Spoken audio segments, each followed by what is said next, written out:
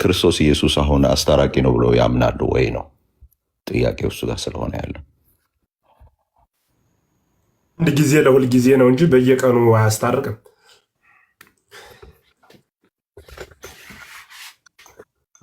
ምን ማለት ነው? ኢየሱስ ክርስቶስ ዛሬ አስታራቂ አይደለም? ሰዎች አይታረቁበትም? ዛሬ ጊዜ ተደጋግሞ ለምሳሌ እንትና የሆነ ቤት ቁጭ ብለን የሆነ ግብዣ ቢሰጠን አንድ የሰጡን ስለማይበቃን 30 ጊዜ ሊመላለሱ ይገባቸዋል። ኢየሱስ ክርስቶስ አንድ ያደረገው በቂ ስለሆነ በየቀኑ በየጊዜው በየሰዓቱ ገሌን ደግሞ ማርልኝ ገሌን ደግሞ ማርልኝ እያለ ሲያስታርቅ አይኖርም። አንድ ጊዜ ያስታረቀው ማስታረቅ ለዘላለም ወጥ ነው። በሰውና በእግዚአብሔር መካከል መሆኑ ጥቅሙ ምንድን ነው እኮ? በሰውና በእግዚአብሔር መካከል መሆኑ እኮ ነው አንድ ጊዜ ለሁል ጊዜ ያስታረቀን። ያ እኮ ነው ለዚህ ያበቃን። ይገርማል። ከሞት ከተነሳ በኋላ በስጋ ወራቱ እያለ የነበረው አገልግሎት ተቀይሯል። ከሞት ከተነሳ በኋላ በዕለተ ዓርብ እኮ ሰራው የመጣበትን ጨር ተፈጸመ ኩሉ አለ እኮ። አልሰማሁም? ዮሐንስ ወንጌል ላይ ወይቤ ተፈጸመ ኩሉ አለ፣ ሁሉ አለቀ አለ። ያ ማለት የማስታረቅ የመጣበትን ጨረሰ ማለት ነው። ልክ አንድ ድርጅት ስራውን ሰርቶ ያስረክባል አይደል? ካስረከበ በኋላ ያ ቤት ደግሞ እድሳት ያስፈልገዋል። በእርግጥ ሰው ስለሚሰራው፣ ይሄ ግን የሰራው አምላክ ስለሆነ እድሳት አያስፈልገውም። በዕለተ ዓርብ አጠናቀቀው። የሚገርም ወደፊት ያለውን ብቻ አይደለም ወደኋላ ሂዶ ከአዳም ጀምሮ የነበረውን ከክርስቶስ ቀጥሎ እስከ ምጽአት የሚኖረውን ወደፊትም ወደኋላም እዱ መዝራእቱ ለአብ የተባለው ኃያል ክንድ የተባለው ወልድ ኢየሱስ ክርስቶስ አስታረቀን። ስለ ስራው ሳይሆን የጠየቅኩት አሁን ዛሬ ሰዎች ወደ አብ ለመምጣት ነው የክርስቶስ ሰውነት የሚያስፈልጋቸው? ወደ ክርስቶስ ለመምጣት ነው የክርስቶስ ሰውነት የሚያስፈልጋቸው? የክርስቶስ ሰውነት ማለት አልገባኝም። በሰውነቱ በኩል ያለው አገልግሎት የሊቀ ክህነቱ አገልግሎት የሚያስፈልጋቸው ለሰዎች ዛሬ የሚያስፈልጋቸዋል ወይ ያልኩኝ ነው። በሰውነቱ በኩል ጥያቄን በደንብ ስሙኛ። የጠየቁት ጥያቄ መካከለኝነቱ በሰውነቱ ነው አይደል? በሰውነቱ በአምላክነቱ ብለን እናድለዋለን። ጥሩ። በሰውነቱ መካከለኝነቱ በሰውነቱ አይደለም ነው መምህር? ሰው ስለሆነ ነው መካከለኛ የተባለው። አዎ ኦኬ። ሰው ከመሆኑ በፊት መካከለኛ አይደለም። በቃ ቆንጆ። ሰውነቱ የአንደኛ ጢሞቴዎስ ምዕራፍ 2 ቁጥር 5 ላይ እንደሚለው ዜዶዬ ከእሳቸው ጋር ከቆንጆ እየተግባባን ነው።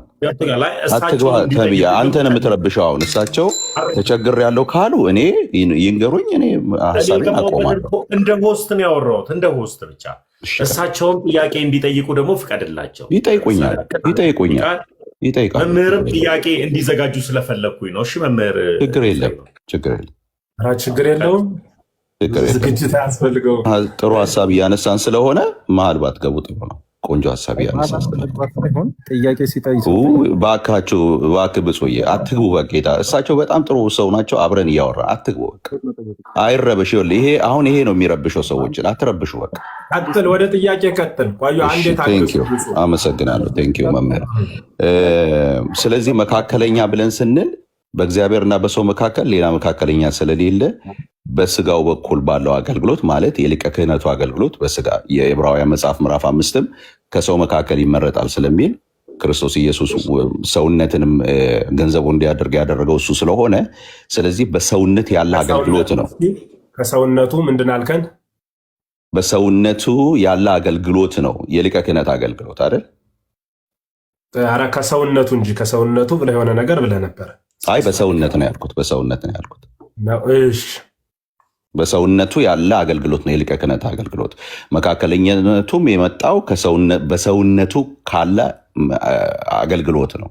ስለዚህ የጠየቁት ጥያቄ ሰው ዛሬ ወደ እግዚአብሔር አብ መምጣት ቢፈልግ በክርስቶስ ኢየሱስ ነው የሚመጣው ወይንስ ደግሞ አይደለም? በጣም ጥሩ። ለዚህ ጥያቄ መልሱ ጥያቄ መሆኑ ይገርማል። ለዚህ ጥያቄ መልሱ ጥያቄ ነው። ባህሪ አምላክ ብለን እኛ ስናምን ፍጡር አምላክ ብሎ ሲያምን አምላክን የሚያምነው በባህሪ የመለኮቱ ነው አካሉን ነው ወይስ አካሉን ከባህሪ የመለኮቱ ጋር ነው የሚያምነው? እንዴት ነው የሚያምን? ካልገባህ አብራራለሁ በደንብ። የጠየቁት ጥያቄ በመካከለኝነቱ ይኸውልህ፣ መካከለኝነቱን ጥቅሙን እንድናውቅ ነው። አሁን እኔ የጠየቁት ጥያቄ ሰው ወደ እግዚአብሔር ቤት ይኸውልህ፣ ይሄን ወደ ሌላ ነገር አይግባ። ሰው ወደ እግዚአብሔር መምጣት ቢፈልግ ዛሬ የሚመጣው በክርስቶስ ኢየሱስ ብቻ ነው ወይንስ ደግሞ ሌላ ተጨማሪ የሚመጣበት መንገድ አለ? ተረድተኸኛል ወይ? እኔን ይሄኛውን ቢመልሱልኝ። ለሱ መልስ የጠየቁ ጥያቄ ነው እኮ ያልኩህ። ያየው አልተረዳኸኝም ለካ። እሺ ጠይቁ መልሰው። ለዚህ መልስ የጠየቀኝ ጥያቄ ነው እያልኩህ ነበር። አልሰማኸኝም? አልሰማሁትም። አካላተ ሥላሴን ታምናለህ አይደል አንተ? በጣም ጥሩ። አንድ አካል ብቻ ብለን ነው የምናምነው ወይስ ሶስት አካል አንድ ባህሪ ብለህ ነው የምታምነው አንተ? ሶስት አካል አንድ ባህሪ። በጣም ግሩም። የሚታመነው ሰው አመነ ሲባል የሚያምነው ገንጥሎ አካሉን ነው አካልና ባህሪን ነው የሚያምነው? አይ እኔ ገንጥሎ ነው ብዬ አላምንም። በጣም ጥሩ። አሁን በደንብ መለስክልኝ። እና ከሆነ ያ ባህሪ አንድ ባህሪ ነው። የአብ ባህሪ፣ የወልድ ባህሪ፣ የመንፈስ ቅዱስ ባህሪ አንድ ባህሪ ነው። የሰውነት ባህሪ ሰውነቱን ምን ሊያደርጉት ነው? ወደሱ ልመጣልህ እኮ ነው። ቆይ እንጂ እየጠበቀኝ። ያ ባህሪ አንድ ባህሪ ከሆነ ይህን አንድ ባህሪ ለማመን አሁን ወልድን አመንሁት፣ ቀጥዬ ደግሞ መንፈስ ቅዱስን እስኪ እግዚአብሔር ከፈቀደ ደግሞ አብን አምነዋለሁ እያሉ ነው የሚታመን ማለት ነው። እንደሱ አይደለም። እኛም እንደሱ አናምንም። እንደሱ ስለማናምን ይኸውልዎት፣ እንደሱ ስለማናምን ጳውሎስ የተናገረውን ነገር ሙሉን ነው የምንወስደው። ምንድነው ያለው ጳውሎስ? አንድ እግዚአብሔር አለና በእግዚአብሔርና በሰው መካከል እግዚአብሔርን እና ሰውን ለይቶ ደግሞ በሁለቱ መካከል ደግሞ አንድ አለ፣ እርሱም ብሎ ሰውና እግዚአብሔር የሆነ አላለውም። ስለ መካከለኝነቱ ሲገለጥ ሰውነት ነው የሚገለጠው። ስለዚህ ጳውሎስ ግልጥ አድርጎ ምን አለ? አንድ እግዚአብሔር አለና የት? በማን መካከል? በሰውና በእግዚአብሔር መካከል አለና እርሱም አለ ግልጥ አድርጎ እርሱም ሰው የሆነው ይላል። አንብቦት አንደኛ ጢሞቴዎስ ምዕራፍ 2 ቁጥር 5 ላይ ሰው ብሎ ተጠቅሶ ሰው የሆነው ኢየሱስ ክርስቶስ ነው ይላል። ቆይ ሰው የሆነ ኢየሱስ ነው ይላል አይደል? ገባይ ጥያቄ ነው። ይሄንን ኮንፈርም ብለው ነው የሚያደርጉት። ኮንፈርም ማድረግ አለበት። ሰው ይላል አይልም? ማብራሪያ ነው እንዴ? ስለ ሰውነቱ እየነገርኩት ነው። ሰው ይላል አይልም ነው ያልኩት። ጥያቄ ነው ማብራሪያ ነው ለምልህ ጥያቄ ነው ማደርገው። መጀመሪያ ይኸውልህ ሊዲንግ ኩዌስችን ይባላል። ሰው ነው ሰው ይለዋል አይለው? መጀመሪያ ይሄንን ብቻ ጠቀሱ። አዎ በሉኝ። ኮንፈርም አድርጉ። ጥያቄ እየጠየቅኩ እኮ መደማመጥ አልቻልንም። እንዴት ወንድም አለም? በደንብ እየተደማመጥን ነው። ማብራሪያ ነው የምትሰጠኝ ነው የምልህ። ይሄን በደንብ እየተደማመጥን ነው። ሰው ይላል አይልም ነው ያልኩት። አየው ባለማዳመጥክን በዚህ ያወቅኩት። ጥያቄ ነው የምትጠይቀኝ ማብራሪያ ነው ወይ የምትሰጠኝ ብዬ ነበር እኮ። ሊዲንግ ኩዌስችን ነው። ወደ ዋናው ኩዌስችን ለመሄድ ሰው ይላል አይልም ነው ያልኩት መምህር። እኛ እንደሱ ገንጥለን አናምንም። በተዋህዶ ጳውሎስ ሰው ብሏል አላለም ነው ያልኩት መምህር። ጳውሎስ ሰው ብሎታል አላለም? ፍጹም ሰው ስለሆነ አዎ ብሎታል። ሰው እርሶ ደፍረው በእግዚአብሔርና በሰው መካከል ያለው ፍጹም ሰው የሆነው ኢየሱስ ነው ይላሉ እርሶ ዛሬ ጳውሎስ እንዳለው? ሃይማኖት እምነት እንጂ እኮ ድፍረት አያስፈልገውም። ድፍረት ይላሉ ወይ ነው ምሎት? ጳውሎስ እንዳለ ሰው የሆነው ኢየሱስ ነው በሰውና በእግዚአብሔር መካከል ያለው ይላሉ? በሰውነቱ በኩል ያለውን አገልግሎት የጳውሎስን ቃልማ እኛ ነን ተርጉመን የምናስተምርህ እንጂ ደፍረህ ምናምን አይባልም። እሱን ቃል ሰው የሆነው ብለው ማለት ይችላሉ። እስቲ እርሶ ሰው የሆነው ኢየሱስ ነው በሉ እስቲ። ኦኬ እንትን ሻሃዳ ነው ምንድነው የሚባል? እሱን ልታስዘህ ነው የገባው? ከይቅርታ ጋር ከታላቅ ይቅርታ ጋር ማለት ነው። እውነት ነው እንደዚህ ሁለቱ ይጨርሱ። ግን ጳውሎስ እዛ ጋር ከፋፍሎ እንዳስቀመጠው ነገር ፕሮግራም አይሳ መምህር ስላሉ ነው። አሁን እኛ አንገባም። ይቀጥል ሁለቱ፣ እኛ እናዳምጥ። ሐሳብ የጳውሎስን ሐሳብ ትቀበላለህ ወይ? ጳውሎስ እንዳለው ትረዳዋለህ ወይ? አዎ ጳውሎስ እንዳለው ነው የምንረዳ የምናስተምርም። ሐዋርያ ቅዱስ ጳውሎስ እንደነገረን ነው። ከራሳችን አንቀጠን የሆነ ከመርጌታ ገሌ ከቄስ ገሌ ወይ ከፓስተር ገሌ የሚጠቀስ ጥቅስ የለም። ጥቅሱ በጠቅላላ የሚጠቀሰው መጽሐፍ ቅዱስን መሰረት አድርገን ነው። አንተ እንደተረጎምኸው ግን አይደለም። የቅዱስ ጳውሎስ ሐሳብ የሚተረጎም ነው የሚገለጸው። እንደዚህ አይደለም። ሰው የሆነ አምላክ ነው ብለን እናምናለን። ሐዋርያ ቅዱስ ጳውሎስ ሰው ብሎ ሲናገር አዎ ፍጹም ሰው ስለሆነ ሰው ይለዋል። ፍጹም ሰው ስለሆነ ሰው ብሎ ይናገራል። የምትለውን ቃል አዎ ቅዱስ ጳውሎስ ይለዋል፣ እኛ ምን እንቀበለዋለን። እንደገና ደግሞ አምላክ ብለን ስንናገር ደግሞ ሰው ባሕርየ የሰብ አምላክ ስለሆነ ደግሞ እሱን ቃል እንጠቀማለን ማለት ነው። ስለዚህ አንተ አሁን በገለጽከው አውድ እስኪ ይህንን ደፍረህ እስኪ ይህንን አይባልም። የቅዱስ ጳውሎስን መልእክት እኮ ከነጠላ አልፈን በአንድምታ ተምረነዋል እንጂ ዝም ብሎ ማናውቀው ጥቅስ አይደለም የነገርከን እኮ። እስኪ ሂድና አንበው አይባልም። ለዚያ የተርጓሚ መምህሩ ነኝ፣ ባለቤቱ ነኝ። ለዚያ ጥቅስ አንተ ለጠቀስከው ጥቅስ ቅዱስ ቄርሎስ ምን ብሎ እንደተረጎመው፣ ቅዱስ ዮሐንስ አፈወርቅ ምን ብሎ እንደተረጎመው፣ አፖስቶሊክ ፋዘርስ የሚባሉት በመጀመሪያ የነበሩ ከአንደኛው ምዕተ ዓመት ጀምሮ ያሉ አበው ምን ብለው እንደተራቀቁበት ያን ምስጢር ሁሉ ሳይቀር አንበነዋል። አዲስ የሆነ እሺ መምህር፣ እኔ ጊዜም ስለሌለኝ እኮ እያረዘሙብኝ ስለሆነ እኔ መግባት አልፈልግም፣ መሀል መግባት አልፈልግም፣ ግን መግባት አልፈልግም ነው የምሎት። መሀል እርሶ ግን ጥያቄውን ይኸውልዎት፣ ጥሩ መንፈሱ ጥሩ እንዲሆን እርሶም አጠር አድርገው ሲነግሩኝ እኔም እንደዛ ሳረግ ጥሩ ይሆናል ማለት ነው። ጥያቄ የነበረው ይኸውልዎት፣ ጥያቄ በሰውነቱ በኩል የዕብራውያንም ጸሐፊ እሺ መምህር፣ የዕብራውያንም ጸሐፊ የሮሜ መጽሐፍ ምዕራፍ 8ም የጢሞቴዎስን መጽሐፍ የጢሞቴዎስን መጽሐፍ ወደ ጢሞቴዎስ መልእክቱ መጽሐፍ ባለቤት ጳውሎስ ነው። ወደ መልእክቱን እኔ ስለ መልእክቱ እያወራሁ ነው። በእነዚህ መልእክታት ላይ ጸሐፊው በተናገረው መልኩ መካከለኛ ኢየሱስን አድርገዋል። ጥያቄ ይሄ ነው። ሰው ብሎ ጠርቶት ሰው ብሎ በሰውነቱ ያለውን አገልግሎት ስለሆነ ማጉላት የፈለገው ጸሐፊው በሰውነቱ በኩል ያለውን አገልግሎት አጉልቶታል። ለምሳሌ ወደ እግዚአብሔር ዛሬ ሰው መምጣት ቢፈልግ በሰውነቱ በኩል ባለው አገልግሎት ነው የሚመጣው ወይንስ አይደለም ብዬ ነው የጠየቁት። ሰውነቱን ከካደማ ጭራሽ ኢየሱስን የሚያውቅ ፍጥረት የለም። ኦኬ ቆንጆ። ስለዚህ በሰውነቱ በኩል ያለው ዛሬም አስታራቂነቱ በሰውነቱ በኩል ያለው አገልግሎት ያ አስታራቂነት ያ ማላጅነት ዛሬም አለ ማለት ነው አይደል? ዛሬም ቀራንዮ ላይ ነው ያለ ነው የምትለኝ? ወርዷል፣ አልሰማህም? ተቀብሮ ተነስቶ አድርጓል። ስለዚህ ዛሬ አስታራቂ አይደለም፣ ጨርሷል ነው ምልህ። አለቀ። አንድ ጊዜ ለሁል ጊዜ እኮ ብዬ ነበር ቅድም። ዛሬ አስታራቂ ነው ኢየሱስ ክርስቶስ። ሰዎች ዛሬ በክርስቶስ ኢየሱስ ነው የሚታረቁት ከእግዚአብሔር ጋር። አንድ ጊዜ ለሁል ጊዜ ዛሬ ሰዎች ወደ እግዚአብሔር መምጣት ቢፈልጉ በክርስቶስ በኩል ነው የሚመጡት ሰዎች። ያው ኢየሱስ ክርስቶስን አምላክ ወልደ አምላክ ብለው አምነው ነው የሚመጡት። አስታራቂ መሆኑን አምነው ነው የሚመጡት። አስታራቂ ማለት ምን ማለት ነው? መካከለኛ እርሱ ብቻ ነው ብለው በእርሱ ብቻ አምነው በእግዚአብሔርና በሰው መካከል ሌላ እንደሌለ አውቀው ኢየሱስ ክርስቶስን በእምነት ተቀብለው የእግዚአብሔር ልጅ ከሆኑ በኋላ ሰዎች ወደ እግዚአብሔር መምጣት የሚችሉት በእርሱ መካከለኝነት ብቻና አስታራቂነት ብቻ ነው አይደል? ገነጣጠርኸው። ሌላ እግዚአብሔር የለም እኮ። ኢየሱስ ክርስቶስ መሄጃ ሆኖ የሆነ መስመር ሆኖ መዳረሻ ሌላ ከተማ የለም እኮ። ኦኬ፣ ዮሐንስ ወንጌል ምዕራፍ 1 ቁጥር 14 ላይ እንደዚህ ይላል። ሌላ እግዚአብሔር ስለሌለ ነው እንደዚህ የሚለው። ዮሐንስ ወንጌል ምዕራፍ 1 ቁጥር 14 ላይ እኔ እውነት ሕይወት መንገድም ነኝ፣ በእኔ ካልሆነ በስተቀር ወደ አብ የሚመጣ የለም ይላል። ስለዚህ ሰዎች ወደ አብ መምጣት የሚችሉት ሰዎች አብ ብሎ ሲጠራው ሌላ እግዚአብሔር ሳይሆን ሌላ አካል እንደሌለ እየጠቀሰ ነው አይደል? ሌላ አካል እንዳለ እየጠቀሰ ነው አይደል?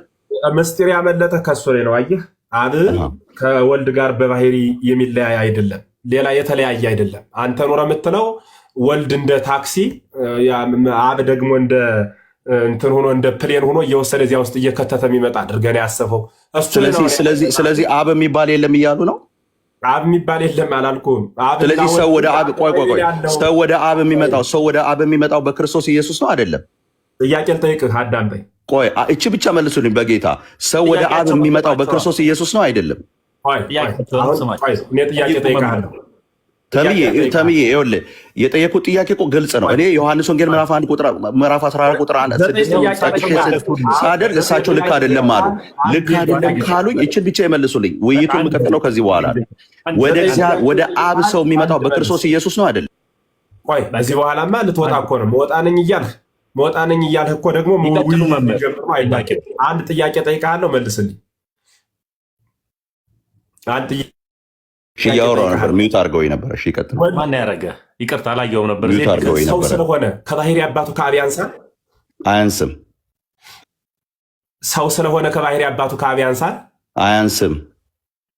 ሰው በእግዚአብሔር አምኖ የሚኖርበት ሀገር ከወልድ የተለየ ህልውና ነው? እግዚአብሔር ወልድ ከእግዚአብሔር አብ አያንስም። በስልጣንም በባህሪ በምንም አንድ ነው። ጥያቄው ያለው በሰውነቱ በኩል ያለው አገልግሎት ኢየሱስ ክርስቶስ ሲናገር አሁን እርሶ የሰውነቱን እንዲለዩ በሰውነቱ ያለው አገልግሎት መካከለኝነቱን ለዩልኝ እያልኩኝ ነው። ራሱ ኢየሱስ ሲናገር ዮሐንስ ወንጌል ምዕራፍ 14 ቁጥር 6 ላይ እኔ ብሎ ጠቅሶ ኢየሱስ ስጋን ገንዘቡ ያደረገው ወልድ ኢየሱስ ክርስቶስ እንደዚህ አለ። እኔ አለ እውነት፣ መንገድ፣ ህይወት እኔ ነኝ። በእኔ ካልሆነ በስተቀር ወደ አብ የሚመጣ የለም አለ። ሰው ወደ አብ የሚመጣው ሰው ቆይ አረባኮት ሰው ወደ አብ የሚመጣው በክርስቶስ ሰው ወደ አብ እንዴት ነው እንደዚህ? እርሶ እኔ የሥላሴ አማኝ ሆኖ እያሉ እንደ ታክሲ እንዴት ሰው ኧረ አንድ ጊዜ አድርገን እንግባባለን። አብረህ ታወራለህ። ጥያቄ ብለህ ማብራሪያ እኔ እኮ እየጠየቅኩት እያለ እኮ ነው እርሱ መሀል የገቡብኝ። አንድ ሰዓት ሆና ጥያቄ ምኑ የጠየቁት ጥያቄ ዮሐንስ ወንጌል ምዕራፍ 11 ቁጥር 6 ጠቅሼ ሰው እኔ እውነትም ህይወትም መንገድም ነኝ በእኔ ካልሆነ በስተቀር አንዴ ልጨርስሎት እኮ ልጨርሳ እኔ ነኝ አለ። ወደ አብ የሚመጣው ሰው በእኔ ብቻ ነው አለ። ሰው ወደ አብ የሚደርሰው በክርስቶስ ኢየሱስ ብቻ ነው አይደለም? ይሄን ብቻ መልሱልኝ። በኢየሱስ ክርስቶስን አምላክ ወልድ አምላክ ብሎ ሳያምኑ አብ ብሎ ማመን አይቻልም። ምክንያቱም አብ መባሉ ልጁ ወልድ ስላለ፣ ያ ወልድ ደግሞ በነገረ ተዋህዶ ፍጹም ሰው የሆነውን ፍጹም ሰውነቱን ሳያምኑ አብን አምላክ ነህ ብሎ ማመን አይቻልም ብዬ ወደ አብ ሰው የሚመጣው በክርስቶስ ኢየሱስ። ዛሬ ሰው መምጣት ቢፈልግ ወደ እግዚአብሔር መምጣት ቢፈልግ አብ ነው በልጁ ያስታረቀው ሰውን። ይኸውልዎት መታረቅን ያገኘንበት በልጁ ከአብ ጋር ታርቀናል ብለን ስንል በስላሴ አስተምሮ አብ ሰቦርዲኔሽን የሚባለው መቼም እርሶ ያውቃሉ። ይሄንን ነገር እያልኩ ያለሁት ምን መሰሉት? የስላሴ አስተምሮ ላይ ቆመን ስናወራ ሰው ዛሬ መታረቅ ቢፈልግ ወደ አብ መምጣት የሚችለው በክርስቶስ ኢየሱስ ነው አይደለም? እች ብቻ አዎ ወይም አይበሉልኝ። በክርስቶስ ኢየሱስ ማለት ምን ማለት ነው ብዬ እኮ ቅድም ነግረኸኝ ለእሱ መልስ ሰጥቼ ነበረ። ሌላ መምጫ አለው ወደ እግዚአብሔር ለመምጣት ሰው ሌላ መምጫ አለው። ወደ እግዚአብሔር ለመምጣት ሰው ሌላ መምጫ አለው ከክርስቶስ ኢየሱስ ውጭ። ከክርስቶስ ለመታረቅ ከእግዚአብሔር ጋር ለመታረቅ ማን ተጣልቶ ነው እግዚአብሔር ጋር? ከክርስቶስ ውጭ መታረቂያ መንገድ አለ ወይ? ማን ተጣልቶ ነው እግዚአብሔር ጋር? ጥያቄን ስጠይቅማ እየሰማሁ ሰውና እግዚአብሔር ተጣሉ። መቼ ነው የተጣለው? ሰውና እግዚአብሔር ተጣሉ። አያውቁትም? እሱን መቼ ያልኩህ እየጠየቅኩ ነው። እግዚአብሔር ሊያስታርቅ ከራሱ ጋር ሊያስታርቅ ልጁን እንደላከው አያውቁም? እና ታረቅን እኮ ነው። ታረብ ላይ እኮ ነው የምልህ። ኦኬ ዛሬ ሙስሊም ታርቋል? ዛሬ ማን ሙስሊም ታርቋል? በየት አድርጎ ይታረቃል? መች መጦ ታረቀ? ኦኬ ስለዚህ ሰው ታርቋል የሚሉኝ ምንድነው? ዛሬ ያልታረቀው ሰው ቢመጣ በማን ነው የሚታረቀው? ከእግዚአብሔር ጋር ያልታረቀው በስሙ ለምናምነው ሰዎች ነው። እሱን ሀሳብ የገለጽኩላት። ሰው ዛሬ ወደ እግዚአብሔር መምጣት ቢፈልግ መካከለኛና አስታራቂ ከሆነው ከኢየሱስ ክርስቶስ ውጪ መምጣት ይችላሉ ወይ ወደ እግዚአብሔር? ምን ማለት ነው እሱ? ቃሉን አብራ። ኦኬ ቴንኪው ተባረኩ። መልስ የላችሁ። ይህን እንኳን መመለስ አትችሉ። ግሩም ነው። አሁን መልስ አጠየርክ ነው። ማብራራት አቃተ። መምህር 30 ሰከንድ ይስጡኝ። የእነሱን ጨዋታ በደንብ ስለማውቀው ነው። 30 ሰከንድ ብቻ ይስጡኝ። መምህር እያሉ ያሉት ኢየሱስ ክርስቶስ የሰው ልጆቹን ሁሉ ታርቋል። የሰው ልጆች ሁሉ ታርቀው ኢየሱስ ክርስቶስ የሰው ልጆቹን ሁሉ አስታርቋል። ያስታረቀ የሰው ልጆቹን ሁሉ ካስታረቀ በኋላ የሰው ልጆች ደግሞ መታረቅ አለባቸው። የሰው ልጆች የሚታረቁት በእምነት በኩል መተው ነው። አናምንም ቢሉ ከእግዚአብሔር ጋር ስለሚጣሉ ማለትም አናምንም ቢሉ ስለሚፈረድባቸው፣ አናምንም ቢሉ ሙታን ስለሚሆኑ እነዚህ ሰዎች በእምነት በኩል ሲመጡ ከእግዚአብሔር ጋር ይታረቃሉ ነው። አሁን እየወሰዱ ያሉት ምንድነው? ሰዎች በእምነት በኩል አሜን ብለው ሲመጡ ከእግዚአብሔር ጋር ይታረቃሉ ሲባል ኢየሱስ ያስታርቃቸዋል ብለው ነው የሚተረጉሙት እነሱ። ሰዎች የሚያምኑት ያስታረቃቸውን ኢየሱስ ክርስቶስ ነው። መቼ ነው ያስታረቃቸው? በቀራንዮ አደባባይ በመስቀል። ስለዚህ ፍጥረቱ ዳንዬ ኢየሱስ ክርስቶስ የሰው ለምሳሌ በሙስሊም ተርጉሞ ኢየሱስ ክርስቶስ ካስታረቃቸው የሰው ልጆች አንዱ ሙስሊሞች ናቸው። ሙስሊሞች ግን የኢየሱስ ክርስቶስን እርቅ አንቀበልም ብለው የተፈረደባቸው ናቸው ነው። ያስታረቃቸውን አንቀበልም ብለው ነው። ሁላችሁም ስሙ በደንብ ቆይ አንዴ፣ ላይም ታችም ያላችሁ ሰዎች በደንብ ስሙ። የእነዚህ ሰዎች ጥያቄ እንደ ዛሬው ገብቶኛ አውቅ። እንዴት ካላችሁኝ አሁን ሰው ከኢየሱስ ክርስቶስ ውጭ እያለ የሚጠይቅበት ምክንያት አዎ ያለሱማ ምን መንገድ አለ ብዬ መልስ ብሰጠው ሐሳቡን ሳይረዳ ነጠላ ሐሳቡን ብቻ ገንጥሎ ይዞ እንዲያ ከሆነ አማላጅ ለምን ያስፈልጋል ብሎ ወደ ቅዱሳን ምልጃ ለመንደርደር ነው። እዚያች ላይ ብቻ አምቡሊል ሲያጠነጥን የነበረው ነገር ባጭሩ ምልጃን በተመለከተ ሐሳብ ለማንሳት ጥያቄ ለመፍጠር የሄደበት ርቀቱ ነው። በደንብ አስምራችሁ ያዙልኝ። ይሄ ግልጽ ነው ሐሳቤ። ብቻ ከሆነ እሱ ወደ አብ የሚከድበት መስመር ወይም ብቸኛው እርሱ ኢየሱስ ክርስቶስ ከሆነ ገሌ አማላጅ ነው፣ ቅዱሳን አማላጅ ናቸው፣ እመቤታችን አማላጅ ናት ለምን ትላላችሁ ብሎ በለመደ አፉ ቤተክርስቲያንን ለመውቀስ ነው የተዘጋጀበት ሐሳቡ እንደዚያ ነው። ስለዚህ እኔ አብራራው እስኪ ምለው ለምን እንደሆነ ታውቃላችሁ? ሲያብራራው እርሱን ሰው የሆነ አምላክ ሲሆን ሰውነቱ ሰው ሲሆን አምላክነቱ ያልቀረበት በተዋህዶ ክብር መሆን ለስጋ ብቻውን የከበረ ስጋ ክብር መሆን አካላዊ ቃል ብቻውን ወልድ ማክበር ደግሞ አብ ወልድ መንፈስ ቅዱስ ማለት ነው። ስለዚህ ያ ሰው የሆነው አምላክ በፈቃዱ ከቅድስት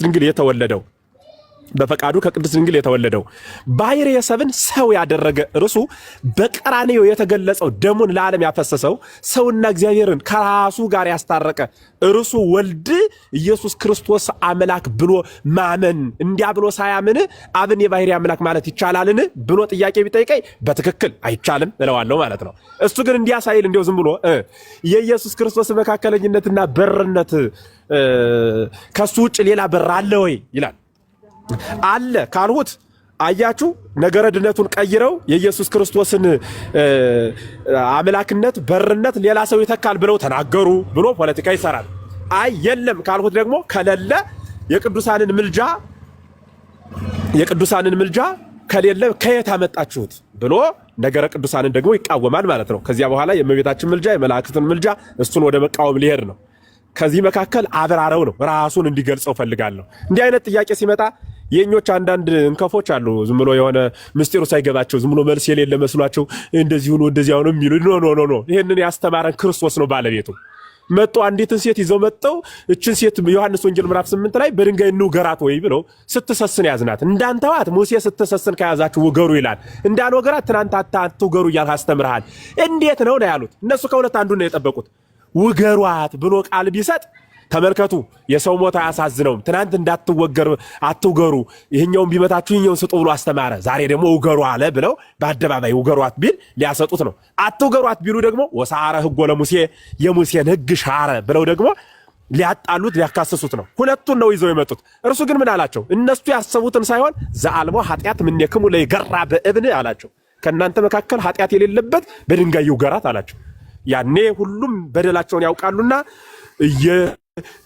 ተጓዙ ማለት ወሃዙ ይሰረቁ ሹልክ እያሉ አለቁ። ወተርፈት በሃይቲታ እሷ ግን ብቻዋን ቀረች ይላል። ሌላም ቦታ ሌላም ጊዜ ዮሐንስ ጥምቀት መጥተው ጠይቀውት ነበረ። ዝም ብለህ ፍጥጥ ያለ እንዲህ ነው አይደለም ከምድር ነው ከሰማይ ነው ብሎ እርሱ ጠየቃቸው። ዮሐንስ ጥምቀትን በተመለከተ በአይ ስልጣን በማን ስልጣን ነው ይህን ስራ የምትሰራ ብለው ጠይቀውታል። በራሴ ስልጣን እንዳይላቸው እንዴት በራስ ስልጣን ትሰራለህ ሊሉት ነው። በአብ ስልጣን እንዳይላቸው አብ ሲልክ አላየንም አልሰማንም ሊሉ ነው። ምን አላቸው? ጥያቄውን በጥያቄ መለሰላቸው። ዮሐንስ ጥምቀት ከሰማይ ወይስ ከምድር እስኪ ንገሩ ያላቸው። አናውቅም አሉት። እኔም እንዲህ ከሆነስ አላውቅም አላቸው። አያችሁ፣ እንደየክፋታቸው እንደየአመጣጣቸው ግብረ መልስ እንሰጣለን። እንደ ተጥባበ ነገራቸው ማለት ነው። ጥያቄ ሲጠየቅ ለሁሉም ዝም ብሎ ማብራሪያ አይሰጥም። አያችሁ፣ ለሁሉም ነገር ማለት ነው። ሶስት አይነት ጥያቄ አለ። ሊያውቅ የሚጠይቅ አለ፣ ተጠራጥሮ ሊያረጋግጥ የሚጠይቅ ሰው አለ። ቁጥር 3 ምን አይነት ጥያቄ ደግሞ አለ? ሊፈትን የሚጠይቅ አለ። እኛ ደግሞ ሶስት አይነት መልስ መልሳለን። እንደየክፋታቸው አንድ፣ ሁለተኛ ሊያውቅ የመጣውን እውቀቱን ሊፈትን የመጣውን ትዕቢቱን እየለካ እናገራለን። አባቶቻችንም እኮ የማይመለስ እኩይ የማይፈወስ ድውይ ይሉታል። በቃ ለዚህ እንደዚያው እንዳመጣጡ ማለት ነው። ዝም ብሎ ስንጮህ ውለን ሰምቶን በቃ ነገሬ ደግሞ እንዲህ አሉ ብሎ ትንሽ ሪከርድ ሰርቶ ለፖለቲካ እንዲመቸው አድርገን አንሰደውም። በትክክል በደንብ አባቶቻችን በሰጡን ጥበብ እንናገራለን ማለት ነው። ብቸኛ ሰውና እግዚአብሔር የታረቀበት የቀራንዮ በግ የሁላችን ቤዛ ተቀዳሚ ተከታይ የሌለው አንድያ የአብ ልጁ የተሰሱ ሁለቱም በውስተ ሰማይ የተባለ ለሰማያዊ ልደቱ እናት የሌለው ለምድራዊ ልደቱ አባት የማይደረግለት የሌለው እርሱ ወልደ አብ ወልደ ማርያም ኢየሱስ ክርስቶስ በቀራንዮ ቤዛ በመሆን ብቸኛው ቤዛችን እርሱ ኢየሱስ ክርስቶስ ብቻ ነው። የታረቀን በእርሱ ደም ብቻ ነው። ያ ደም ግን አንድ ጊዜ ለሁል ጊዜ አንደበቅ ለዘላለም አስታርቆናል። ከማን ጋር? ከርሱ ከባህሪ አባቱ ከአብ ጋር አስታርቆናል። ያ መታረቅ ያ እርቅ ዘላለማዊ ነው። ማንም ሰው ሲመጣ ያን የማስታረቅ ሥራ አምኖ በኢየሱስ ክርስቶስ በአብ በወልድ በመንፈስ ቅዱስ ስም እርሱ እንደነገረን ተጠምቆ ነገረ ሥላሴን ምስጢረ ሥጋዌን አምኖ ጸንቶ ይኖራል ማለት ነው። አማናዊ አስተምሮ ያ ነው። እንዲያው ኢየሱስ ክርስቶስ መካከለኛ ማለት ነው። አምላክ ሲሆን ሰው ሲሆን አምላክ በረጅሙ እኮ አስተምረነዋል። በረጅሙ ማለት ቅድም ስንነጋገር ነበረ። ቤተክርስቲያንም የምትነግረን እርሱ ነው ማለት። ስለዚህ ይሄንን በደንብ መያዝ ነው እንጂ እንደው ዝም ብሎ መልስ ጠፍቶ ምናምን አይደለም። እንደያመጣጣቸው እንመልስላቸዋለን። እስመ ብየ ብዙ ነገር ዘእነግረክሙ ይእዜሰይ ትክሉ ጻዊሮቶ ይላል ጌታ። ብዙ ልነግራችሁ ነበር ግን ደካሞች ናቸው፣ አሁን አቅማችሁ አይችልም ይላል። የምሩን ነው። እንደየአቅሙ እንነጋገራለን፣ እንደያመጣጡ እንመልሳለን ማለት ነው። እነሱ አሁን የመጡት ቃሉን ሰምተው ተስማምተው ከዚያ በኋላ ያችንን ሐሳብ ይዘው በቃ ይኸው ተረድተናል እናመሰግናለን ብለው ለመሄድ እንዳይመስላችሁ። ምንም የፈለጋችሁትን ብትነግሯቸው እያወቁት ይሸሹታል። እያወቁት ማለት ነው። ምሳሌ ስትጠቀሙ ምሳሌን የተማርነው ለምሳሌ ከጌታ ነው አይደል? በጴንጤ ግን ምሳሌ ተረት ተረት ነው። ምሳሌን ግን የተማርነው እኛ ከጌታ ነው። እያንዳንዱ ምሳሌ መንግስተ ሰማያት 10 ደናግል ትመስላለች ያለን እሱ ነው። የስናፍንጭ ቅንጣት ታክል ትመስላለች ብሎ የነገረን እሱ ነው። ገበሬ ሊዘራ ወጣ ብሎ የነገረን ስለ እርሻ እሱ ነው። ስለ እርሾ መስሎ ያስተማረን እሱ ነው። ስለ ወይን ያስተማረን እርሱ ነው። እያንዳንዱ ትምህርቱ በምሳሌ ነው። አልገባቸው ብሎ ምሳሌ ስንጠቅስ ተመልከቱ፣ የኦርቶዶክስ መምህራን ተረት ተረት ይላሉ። መጽሐፍ ቅዱስን አለማወቃቸው ራሳቸውን ብቻ እየጠቀሱ መኖራቸው አንዱ መረጃቸው ይሄ ነው። ሊቀ ካህኑ ኢየሱስ ክርስቶስ ነው። ዘላለማዊ መስዋዕት ራሱ ስለሆነ መስዋዕቱ ካላለፈ ካህኑ ደግሞ አያልፍም። ካህኑም እርሱ ነው ማለት ነው። ወደ ኋላ የመጣችሁት ሰላም እያልኩኝ ሌሎቻችሁ ሐሳብ ጨምሮ አመሰግናለሁ። ቃለ ሕይወት ያሰማልን መምህር ዮሐዲ እንግዳ ስላለን እንቀበል አይደለ? እዚሁ ጋር ተባረክልኝ ታሙዬ። ሰላም ናችሁ ወይ? መምህርዬ ቃለ ሕይወት ያሰማልን። አንድ ጊዜ እንቀጥላለን። እዛ ጎንደሬውም አለ፣ ገና አንተ ትቀድማለህ። ይወድ አለ አለው። ሰላም ብያለሁ። ቃለ ሕይወት ያሰማልን መምህር፣ እግዚአብሔር ይስጥልን። በጣም እናመሰግናለን። መምህር እንደምን አለህልኝ? እንዴት ሰነበት? እግዚአብሔር ይመስገን። እንኳን አደረሰውት። እንኳን አብሮ አደረሰን። ሁላችሁንም እንኳን አደረሳችሁ ብያለሁ። ዮሐድ ጋር ደግሞ የነበረውን ሐሳብ ትዝብትህንም ገልጸህ እኛም እያጠፋን ከሆነ እንደ ልጅ የታዘብከውን እንደ ወንድም አንተ ሐሳብን ትሰጥና ከዚያ ቀጣይ ወንድሞቻችን ጋር አብራችሁ ትቀጥሏላችሁ። ብፁዕ አምላክም አለ፣ ተሙም አለ፣ ቤተ ጳውሎስም አሉ። እንዴ እናድርግ? ጥሩ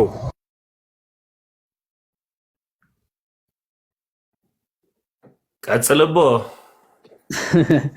አይ መምህር እንደውም በደንብ ጥሩ አድርጎ የቤተ ክርስቲያን የአባቶችን ትምህርት ነው እንትን ያሉት። ፕላስ ደግሞ እያንዳንዱ እንዳመጣጡ መያዝም በደንብ እውነት አሪፍ ነበር ሲመልሱ የነበረው። የሆነ ነገር ለማስባል ነበረ ሲጥር የነበረው። በቃ እንዲያስባልኩኝ ከዛ በኋላ ቻው ቻው እንዲህ ልክ እንደዚች ማለት ሊወጣ ነበር ሀሳቡ። ጥያቄ ሳይጠየቅ ምናምን ለማምለጥ ነበረ። ለወጣ ነው ምናምን እያለ ሲያስፈራራ የነበረው ለዛ ነው። የሆነ በቃ አምላካቸውን የሆነ እንደዚህ ነጥብ አስጣልን። ታችም እያየው ነበር። አንዳንዶቹ ፕሮቴስታንት ሆነው እኔ ኦርቶዶክስ ነኝ ግን መምህር ተሳስተዋል አይነት ነገር ማለት ፈጣሪያቸውን ራሳቸውንም እንዲህ እያሉ ነው በቃ የሚያጽናኑት ማለት ነው። ምስኪኖች እውነት እንደነዚህ አይነት ላሉ ሰዎች እግዚአብሔር ማስተዋሉን ያድላቸው። እሺ ጨዋታ አይደለም ይሄ፣ ስለ ህይወት ጉዳይ ነው እየተወራ ያለው። እንዲሸውዳችሁ አታላችሁ ነፍሳችሁንም ሰዎችን ለማንም አትጠቅሙምና ኦኬ ምን አይነት ድራማ እየሰራችሁ እንደሆነ ለራሳችሁ ቆም ብላችሁ አስቡ። ዋና በቃ የሚገርም ጥያቄ ሲጠየቅ በቃ ቻው ምናምን መልስ የላችሁም አየህ ምናምን ብሎ ለመውጣት ማለት ነው። ምክንያቱ የማይሆን አያያዝ ስለተያዘ ማለት ነው። ኦኬ ክርስቶስ እኔ መንገድ እውነት ህይወት ነኝ ብሎ ሲናገር መንገድ የሚያስቡት የሆነ ከዚህ በፊት አማላጅ ለማለት ይጠቅሱት ነበር። ለአማላጅነት እንደማያዋጣ ሲያቅታቸው ደግሞ አሁን ከክርስቶስ ውጪ ወደ አብ ሌላ መንገድ አለ ወይስ የለም? ምን ማለት ነው መንገድ የሚለው ራሱ? ክርስቶስ ስለምን እየተናገረ ነው እዚህ ክፍል ላይ መንገድ ያለው? አሁን መንገድ የሚለው እኮ ዝም ብለን ማለት መንገድ የተባለ አንድ አብራራልኝም እኮ ያልሁት ድንገት የኤርፖርት መስመር የሚለው ይመስለኝ ነበር። ታዲያ እሱ አልጠበቀም እኮ እሱ አለ ወይስ አጭር መልስ ነው የምፈልገው? እንደዚህ አይባልም። መጽሐፍ ቅዱስ እኮ ያለ ወይስ የለም ጥያቄ አይደለም። ፕላስ ደግሞ እኔ ዜዶዬ እኔ አንዳንዴም ሳታውቀውም ቢሆን ያመልጣል። ሊዲንግ ኮስችን ነው አለ። በቃ እንግሊዘኛ በሱ ቤት አውቋል። ሊዲንግ ኮስችን እንኳን ስፒሪቹዋል ነገር ላይ አስ ፋላሲ ነው። እሺ ሊዲንግ ኮስችን ፋላሲ ይባላል። የሆነ እንደዚህ ነው ወይስ አይደለም? ሊዲንግ ኮስችን ፋላሲ ይባላል ሲጀመር። ኦኬ ሊዲንግ ኮስችን ነው ብለህ እንደ ጀግንነት እንደ ጀብድ ስትጠራው ነበረና ሊዲንግ ኮስችን ሲጀመር አይጠየቅም፣ ፋላሲ ነው በሎጂኩ ዓለም ራሱና እንደዛ ሲል ስለነበረ በጣም ያሳዝናል። ኤኒዌይስ ግን መምህር በስፋት አብራርቶታል። ክርስቶስ መንገድ ነው ሲባል የትኛውም አባት ብታነቡ ምን ብለው ምንድነው እውነት ሕይወትም መንገድም እኔ ነኝ በእኔ በቀር ወደ አብ የሚመጣ የለም ብሎ ሲናገር እዛው ቁጥር 7 ባይዘው ሌላ መጽሐፍ እኮ መሄድ አይጠበቅባችሁ። ቁጥር 7 ራሱ ይመልሰዋል። አንድ ቁጥር ዝቅ ማለት እኔንስ ብታውቁኝ አባቴን ደግሞ ባወቃችሁ ነበረ ማለት። ኦኬ ከአሁን ጀምራችሁ ታውቁታላችሁ አይታችሁትም አላለ። ስለዚህ እኔ መንገድ ነኝ ሲል ምንድነው አብን የምናውቅበት አብን የሚገልጥልን ኦኬ ነገረ አብን የሚያሳየን የሚገልጥልን ማን ነው ማለት ነው? ክርስቶስ ኢየሱስ ነው። ልክ ዮሐንስ ወንጌል ምዕራፍ 1 ከቁጥር 18 እግዚአብሔርን ያየው አንድስ እንኳን የለም በአባቱ እቅፍ ያለ አንድያ ልጁ እርሱ ተረከው እንደተባለ አብን የሚገልጽልን አብን የሚያሳውቀን እሱ ነው። ስለዚህ እኔን ካወቃችሁኝ ነው አብን ልታውቁት የምትችሉ። እኔም በእኔ ካመናችሁ ነው አብን የምታምኑት ማለት በእኔ ካልሆነ ወይም ደግሞ ከእኔ በቀር ወደ አብ የሚመጣ የለም ሲል እኔን ያላወቀ አብን ሊያውቀው አይችልም ነው። እኔን የባህሪ ልጁ ነው ካላለ አብን የባህሪ አባቱ ነው ሊል ማንም አይችልም ነው። ወደዛ እውቀት ወደዛ መገለጽ ሊደርስ አይችልም ነው። ልክ ክርስቶስ ብሏል አይደል? ሉቃስ ወንጌል ምዕራፍ 10 ካልተሳሳትኩኝ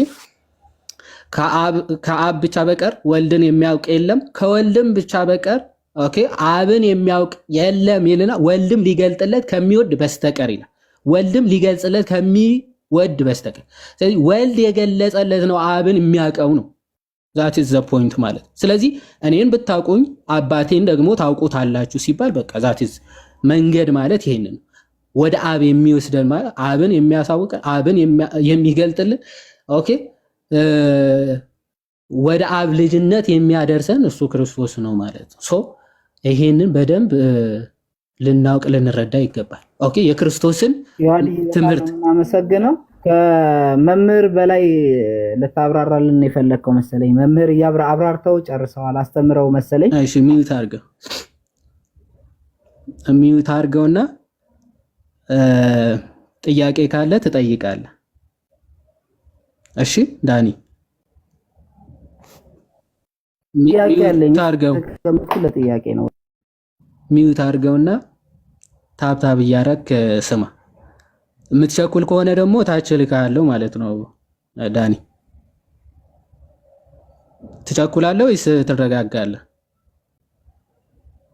ቴንክ ዩ። አዎ እንደዚህ ረጋ ብለህ አዳምጥ። ሰው ከዛ አንጻር የሚታይ ነው። የአንደኛ ጢሞቴዎስም መምህር በደንብ ገልጸውታል። መካከለኛ ወይም ሚዲየተር ሲባል ቅዱስ ዮሐንስ አፈወርቅም እንደገለጸው ሚዲየተር መካከለኛ፣ እግዚአብሔር ብቻውን ወይም አብ ሰው አልሆነም ብቻውን መካከለኛ ሊባል አይችልም። መንፈስ ቅዱስም እንደዛ ይላል። ቅዱሳን በሙሉ መካከለኛ ሊባሉ አይችሉም ይልና ምክንያቱም እነሱ በሰው በኩል ያለውን የሰውነት ባህሪ ብቻ የያዙ ናቸው። አብም የአምላክነት ብቻ ነው። ክርስቶስ ግን ሁለቱም ባህሪያት አዋህዶ አንድ ያደረገ ነው። ስለዚህ ለዛ መካከለኛ የሚለው ማለት ሰው የሆነ ብሎ ነው ሐዋርያ ቅዱስ ጳውሎስ የሚገልጸው። ሰው የሆነ ሲል አስቀድሞ ወልደ አምላክ ወይም ደግሞ አምላክ የሆነ እንደሆነ በሚገባ ገልጸው ነው ሰው የሆነው ኢየሱስ ክርስቶስ ነው የሚለው። ስለዚህ ፍጹም ሰው እሱ ላይ እንዲያውም ቀደም ሲል ዘንግቻት በደንብ አንዲት ሐሳብ ልጨምር ቆየኝ፣ አንድ 30 ሰከንድ የሚሆን ምን ማለት ነው? ሰው የሆነ የሚለው ቃል በቀጥታ የሚቀጸለው ለመለኮት ነው። መለኮት ስለሆነ ሰው የሆነው ማለት ነው። መለኮት ስለሆነ ሰው የሆነው ሰው የሆነ ማለት ማን ነው? ሰው የሆነ ለምሳሌ የሆነን ሰው የሆነ ነገር የበሰበሰ ወይ ዝናብ የመታው ብንል ዝናብ የመታው ሰውየውን ነው። እንደዚሁ ሁሉ ሰው የሆነ የሚለው ቃል የሚቀጸልለት ለማን ነው? ለመለኮት ነው። መለኮት ሰውን ስለሆነ ማለት ነው። እና ይቺ በደንብ አስምራችሁ እንድትይዙ ለማለት ነው። ቀጥል ይዋሃድ በደንብ አብራራ። አይ በቃ እሷ ነች መምርዬ። በቃ ሰው የሆነ ነው የሚለው። ስለዚህ ቃል ስጋ ሆነ የሚለውን ሐሳብ ነው እየተናገረ ያለው። ስለዚህ አስቀድሞ አንድ እግዚአብሔር አለና አለ፣ እግዚአብሔር ብቻ የሆነ ማለት ነው። ከዛ በኋላ ደግሞ በሰውና በእግዚአብሔር መካከል ደግሞ ያለ መካከለኛ አንድ ነው፣ እርሱም ሰው የሆነ አይስ ሰው የሆነ ወይም ደግሞ እርሱም ሰው ኢየሱስ ክርስቶስ ነው አይደል? ሰው የሆነ ነው። ሰው የሆነ ኢየሱስ ክርስቶስ ነው እንጂ እርሱም ሰው ኢየሱስ ክርስቶስ ነው አይደለም የሚለው ደጋግሞ ሰውነቱ መካከለኛ ነው ወይስ አይደለም? ሲጀመር ለኦርቶዶክሳዊ ለተዋህዶ ልጅ ሰውነቱ አይባልም። ነጠለ ከተዋህዶ በኋላ ሰውነቱ መለኮቱ እንዲያደረገው ሰውነቱ ነው ወይስ መለኮቱ እየተባለ አይጠየቅም እኮ። ኦኬ እኛስ አፍተር ዩኒቲ there is no separation ወይም ደግሞ ከተዋህዶ በኋላ መነጣጠል የለም ብለን ምናምን ሰውነቱ መካከለኛ ነው አይደል? እንደዚህ አይባልም በጭራሽ ለኛ ለክርስቲያኖች። ይሄ ቅዱስ ቄርሎስ ቢሰማ ንስጥሮሳዊ የሆነ ትምህርት ነው። ሰውነቱ ሊቀ ካህናት ይሄ ባይዞ ክሊር ኒስቶሪያን ሄሬሲ ነው። ንስጥሮስ ነበረ ዕብራውያን 5:7 ይጠቅስና ምን ይላል? አይ ሊቀ ካህናት የሆነው መስዋዕቱን ከሚቀበለው ልዩ ነው ብሎ በግልጽ ይናገራል።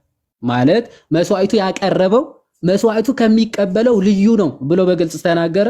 ቄርሎስ አጌንስት ኒስቶሪዮስ ወይም ደግሞ ለኒስጥሮስ በሰጠው ምላሹ ያቀረበው ሌላ የሚቀበለው ሌላ ብሎ በክርስቶስ ሁለት ከፍሎ አቅራቢው ሌላ የሚቀበለው ሌላ ነው የሚል እርሱ የተወገዘ ይሁን ብሎ በግልጽ ጽፎበታል። እዚህ ሆነ መካከለኛው ሰውነቱ ወይም ደግሞ ስጋው መካከለኛ ነው ወይስ አይደለም እየተባለ አይጠየቅም። ለክርስቶስ ከተዋህዶ በኋላ ስጋው መካከለኛ መለኮቱ አምላክ ብቻ ምናምን እየተባለ ስለማይነገርለት ማለት ነው። ከዛ አንጻር ልናየው ይገባል ለማለት ነው። ካበዛው ይቅርታ። አሁን መቀበል እንችላለን።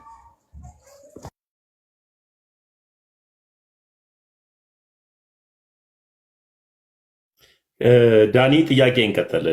ወንድማችን ዮሐድዬ ቤተ እምነቱንም የት እንደሆነም ጠይቀው። ጌታ ኢየሱስ ክርስቶስ ዘመናችሁን ይባርክ። ዮሐድ ምናልባት መምህር ይቀበሉታል ከተመቻቸው። ቆይ አንዴ። አይ ትንሽ ጉዞ ላይ ስለሆንኩኝ አረፍ ስል አውሩ እናንተ። እሺ ዳኒ ከየት ቤተ እምነት ነህ? ፕሮቴስታንት። ከየትኛው ዲኖሚኔሽን? አማኑኤል ህብረት ነኝ። አንዴ ከመምህር ቅድም ያሏት ሀሳብ ስለነበረ የእሳቸውን ሀሳብ ይዤ ነበርና ጥያቄ የማቀርበው አንተም አይ እዛ ነገር ላይ እኔ መመለስ እችላለሁ ካልክ ጥያቄውን እንድሰማኝ ነበር። ቀጥል። ከቻልኩ ትመልሳለሁ፣ ካልቻልኩ መምህር ሲመቻቸው ይመልሳሉ። አይ አለመቻል ሳይሆን ለዚህ ያልተዘጋጀውን ምትል ከሆነ ብዬ ነው። ተባረክ እኮ እሱን ቅድም መምህር ሲያስተምሩ ከድንግል ማርያም ከነፍሷ ነፍስ ከስጋዋ ስጋ እንደነሳ ኢየሱስ ነግረውን ነበር። ኤግዛክትሊ። አዎ አትቀበልም አንተ? ኦኬ። አይ አይደለም እንድታብራራልኝ ነው ማለት አሁን እንዳብራራኸው ልክ ዜድ ያላለውን ሚስኮት ተደርጎ እንደተባለው እንዳይሆንብኝ አሁን ጥያቄ ምን መሰለ፣ ኢየሱስ ክርስቶስ የተወለደ እንጂ ያልተፈጠረ ነው። ስለዚህ ነፍስ ከነፍሷ ነፍስ ከስጋዋ ስጋ የትኛው ጉባኤ ላይ ነው የተባለው? ለምሳሌ ከመለኮት የተገኘ ፍጹም መለኮት ከአምላክ የተገኘ ፍጹም አምላክ እንደሆነ እንደዛ እናውቃለን። ቸርች ፋዘርስም የነበሩ ጉባኤዎች ላይም ተሰምተናል። እቺን ነገር ኦርቶዶክስ ላይ ብዙ ጊዜ ተደጋጋሚ ስለምሰማ እንድታብራራልኝ ፈልጌ ነው። እንደ ጥያቄ የምትይዛ ከሆነ ያዝልኝ። ሲቀጥል ሁለተኛ ደግሞ መጀመሪያ ወደ ሁለተኛ ከማለፍ ጨርስና ከዛ ረጋ በላሌትም ስለማንሄድ ረጋ በልና ዝም ብለህ ጥያቄ አከታትለ ዝም ብለህ ከምሰማ አንድ በአንድ እየጨረስ ነው ምናምን እንሂድ። መጀመሪያ አሁን ክርስቶስ ከድንግል ማርያም ስጋን በስጋ እና በነፍስ ተካፍለዋል ብለህ ታምናለህ ወይስ አታምንም? መጀመሪያ የአንተ ፖይንት ኦፍ ቪው ለማወቅ ማለት ነው። ኦኬ እንዴ አምናለሁ። ለምን አላምንም? እንድታብራራ የትምህርቷ የቤተክርስቲያኗን ትምህርት ዲቴል እንድታብራራልኝ ነው። አልተግባባንም። አሁን ይሄ ክርክር አይነት ጭቅጭቅ ሳይሆን እንድታብራራልኝ ጥያቄን እኔ ክርክር ወንድም ይቆይ መጀመሪያ ሞቲቭን አስተካክል። እኛ ሲጀመር ሰዎች እንዲከራከሩ ወይም ደግሞ እናንተን የሆነ መስለ ማሳጣት ምናምን እንደዛ ብላ አታስብ። እኛ ሲጀመር ሰው እንዲያውቅና ወደ መረዳት እንዲደርስ እንጂ አንተን የሆነ አታውቅም ምናምን ብሎ ፕሮቴስታንቶች አያውቁም ምናምን እንደዛ አይነት የፉክክርና የሆነ የማሸነፍ የመሸነፍ ስሜት ውስጥ አይደለንም ያለ ነው። ይሄ የህይወት ጉዳይ ስለሆነ ማለት ነው። ሶ ከዚህ አይነት ኢንቴንሽን አንድ የራስን ወጣ አድርግና የምጠይቅን በቅንነት አንተም የምጠይቀኝም በቅንነት ለመመለስ ስለሆነ እንትን እምለው ማለት ነው። ምክንያቱም ይሄ በዚህ ቪው በጣም ብዙ የተለያዩ እይታዎች ስላሉ በፕሮቴስታንቶች በእኛ አይደለም የተለያየ አይነት እይታዎች ስላሉ አንተ የትኛው እይታ ውስጥ ነው ያለው የሚለውን ለመያዝ ብቻ ነው። ሶ አንተ ክርስቶስ ስጋና ነፍሱ የተካፈለው ከድንግል ማርያም ነው ብለህ ታምናለህ ወይስ አታምንም ብዬ ስጠይቅ ብታውቀው ስለ አማኑኤል ህብረት ዲቴል ታውቃለህ ብዬ አስባለሁ። አማኑኤል ህብረት ከየት እንደመጣ እንዴት እንደተፈጠረ አንተም ያው ምናልባት ስለ ከምታወራው አንፃር ብዙ ስላነበብ ታውቃለህ ብዬ አምናለሁ። አማኑኤል ህብረት ነው የምካፈለው ካልኩ ከነፍሷ ነፍስ የሚለውን እንድታብራራልኝ እንደ ጥያቄ ጠየቅኩ እንጂ ከስጋዋ ስጋ አልነሳም ማለት ኢየሱስ ክርስቶስ የተወለደ እንጂ ያልተፈጠረ ነው እያልኩኝ ነው ብዬ እኮ ነገርኩ። የተወለደ ነው ማለት ኦልሬዲ ስጋ ነስቷል እያልኩ ነው። እና አሁንም እንዳልኩ ጥያቄ በቃ መልስ ልክ ትነግረኝ ጸጥ ማለት የምንችለው አይ የቤተክርስቲያናችን አስተምሮ ይሄን ለማለት ነው የፈለገው ካልክ እኮ በቃ ኦልሬዲ አበቃው። እሺ ለምን እንደጠየቅኩ ታውቃለህ? አሁንም እየጠቀስከው ያለው ጥቅስ ያለ አውዱ ስለሆነ ነው። የተወለደ እንጂ ያልተፈጠረ የሚለው ስለ መጀመሪያ ልደቱ ወይም ደግሞ ስለ ቀዳማዊ ልደቱ ነው እየተነገረ ያለው። የኒቅያ ጉባኤ መግለጫ ላይ ያለ የሃይማኖት ጸሎት ላይ ያለ ነው። እርሱ የተወለደ እንጂ ያልተፈጠረ በባህሪው ከአብ ጋራ የሚስተካከል የሚለውን ሐሳብ እያነሳ ስለሆነ ማለት ሁለቱም የማይገናኙ ፖይንቶች እያገናኘ ስለሆነ ነው የምጠይቅህ ማለት ነው። የተወለደ እንጂ ያልተፈጠረ የሚለው ከምን አንጻር እንደሆነ የኒቅያ ጉባኤ ከዛ ደግሞ ተንከተም የሊቀ ሊቃውንት ሰምዐ ከሆነ መጽሐፍም አለ እሱም ገልጬ ማሳየት እችላለሁ። ኤኒዌይስ የትምህርቱ ከየት መጣ እንዴትስ ነው የሚለውን በቃ ባጭሩ ልግለጽልህ። ኦኬ ከስጋዋ ስጋ ከነፍሷ ነፍስ ነስቶ ሲባል ምን ማለት እንደሆነ በአጭሩ ልግለጽልህ። የቤተ ክርስቲያኒቱ ትምህርት ይሄ ትምህርቱ ያለው መጽሐፍ ቅዱስ ላይ ዕብራውያን መልእክት ምዕራፍ 2 ላይ ነው። ኦኬ ትምህርቱ በእርግጥ ብዙ ቦታዎች አሉ።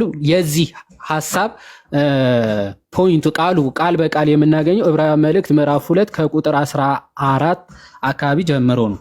ምን ይላል? አንዴ ልክፈት መጽሐፍ ቅዱስ። እሺ ኦኬ እንዲህ ይላል። ኦኬ ከዚህ ጀምሬ ላንብብልህ ከቁጥር 10 ጀምሮ ዕብራውያን ምዕራፍ 2 ከቁጥር 10 ጀምሮ ብዙ ልጆችን ወደ ክብር ሲያመጣ የመዳናቸውን ራስ በመከራ ይፈጽም ዘንድ ከእርሱ የተነሳ ሁሉ በእርሱ ሁሉ ለሆነ ለእርሱ ተገብቶታልና የሚቀድሰውና የሚቀደሱት ሁሉ ከአንድ ናቸውና ይላል። በደንብ አስተውል። የሚቀድሰውና የሚቀደሱት ሁሉ ከአንድ ናቸውና ስለዚህም ምክንያት አለ ስምህን ለወንድሞቼ እነግራቸዋለሁ፣ በማህበርም መካከል በዜማ አመሰግንሃለሁ። ደግሞ እኔ በእርሱ እታመናለሁ። ደግሞ እንሆኝ እኔን እግዚአብሔር የሰጠኝንም ልጆች ሲል ወንድሞቼ ብሎ ሊጠራቸው አያፍርምና። አሁን የሚቀድሰውና የሚቀደሱት ሁሉ ከአንድ ናቸውና ሲል ክርስቶስ ቀዳሹ ነው። የሚቀደሱት የአዳም ልጆች ሁሉ ናቸው፣ ሰዎች ናቸው ማለት። ስለዚህ ከአንድ ናቸው ሲባል ምን ማለት ነው? ያንን ስጋና ነፍስ የያዘ ነው ክርስቶስ ማለት ነው። የሚቀደሱት በስጋም በነፍስም ስለሆነ ተቀዳሾቹ በስጋና በነፍስ ከሆነ የሚቀደሱት ቀዳሹ ያንኑ ነው የተካፈለው። አንድ ናቸው ሲል ያንን ነው ስጋና ነፍስ ይዟል ማለት። ቆይ አሁን ሚዩት አድርግ፣ አንተ ሚዩት አድርግ፣ ሳልጨርስ እንዳትከፍት። ስትጠየቅ አትመልስም። በየመሃሉ ዳይቭ ትገባለህ። አዳምጥና ሰው ሲጨርስ ከዛ በኋላ ትገባል። ስትጠየቁ አትመልሱም። ሰው መመለስ ሲጀምር በየመሃሉ ይረብሻችኋል፣ ትጨነቃላችሁ። እዴ ሚዩት አድርጋ አዳምጥ። ትምህርታችሁን ማወቅ ነው የምፈልገው ብላላል። ስጋና ነፍስ ከስጋዋ ስጋ ከነፍሷ ነፍስ ነስቶ ማለት ተካፍሎ ማለት ነው። ነሳ ማለት ተካፈለ ነው፣ ግዕዝ ስለሆነ ተካፈለ የሚለውን በግዕዙ ከፍቼ ያሳያለሁ እዚህ ክፍል። ስለዚህ ረጋ ብለህ ተማር። እሺ ረጋ ብለህ ተማር። ባይዘው ይሄ ትምህርት ለፓስተር ጥሌም ጭምር ትምህርት እየሰጠነው ነው። በዚህ አጋጣሚ እያስተማር ነው እንሄዳለን። ሚዩት አድርግ ዳኒ፣ ሚዩት አድርግ። ለፓስተር ጥሌም ትምህርት እየሰጠነው ነው ስል ሊትራሊም እየሰጠነው ነው።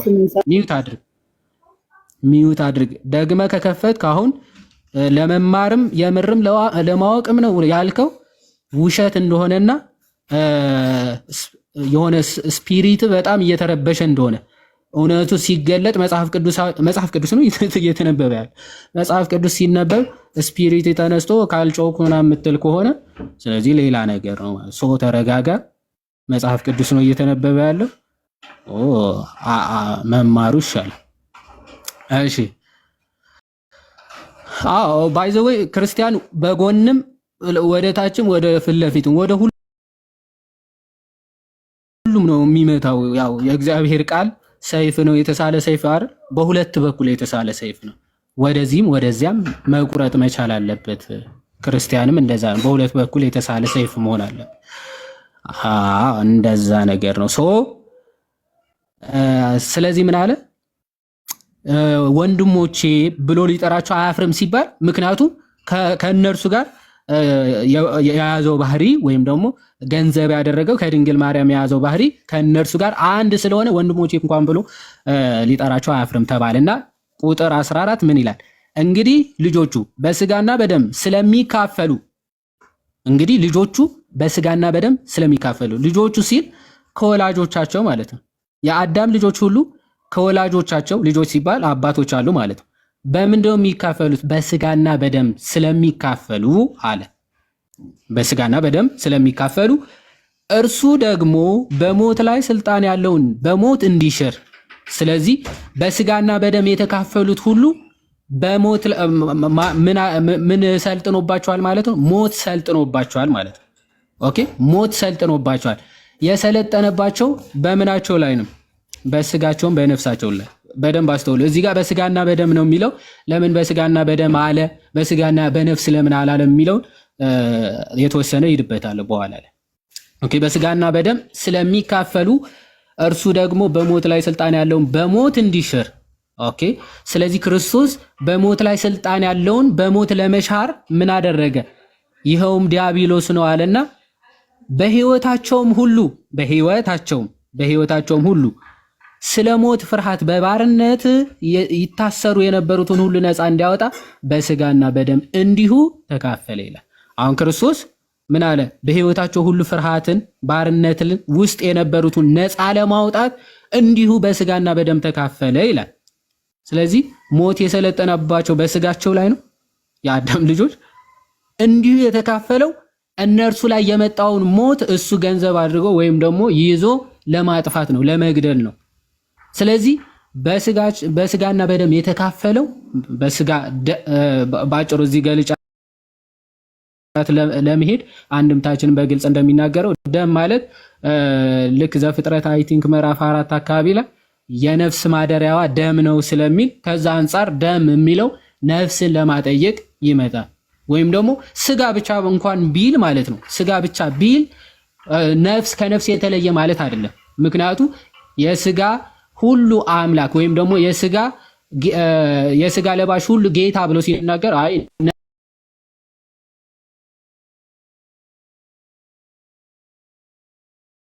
ነፍስ የሌለው ማለት አይደለም። 8 ነፍሳት ዳኑ ብሎ ሲናገር በኖህ ሰዓት ማለት ነው። 8 ነፍሳት ዳኑ ብሎ ሲናገር አይ ስጋ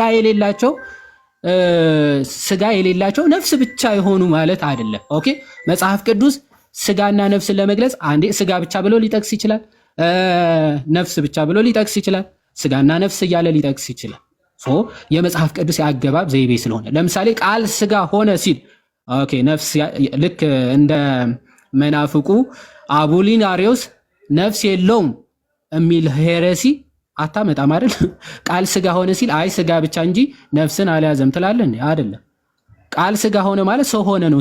ስጋና ነፍስን ገንዘብ አደረገ ተዋሃደ ማለት ነው። ስለዚህ እዚህ ክፍልም በስጋና በደም ተካፈለ ማለት ስጋን ነፍስን ያዘ።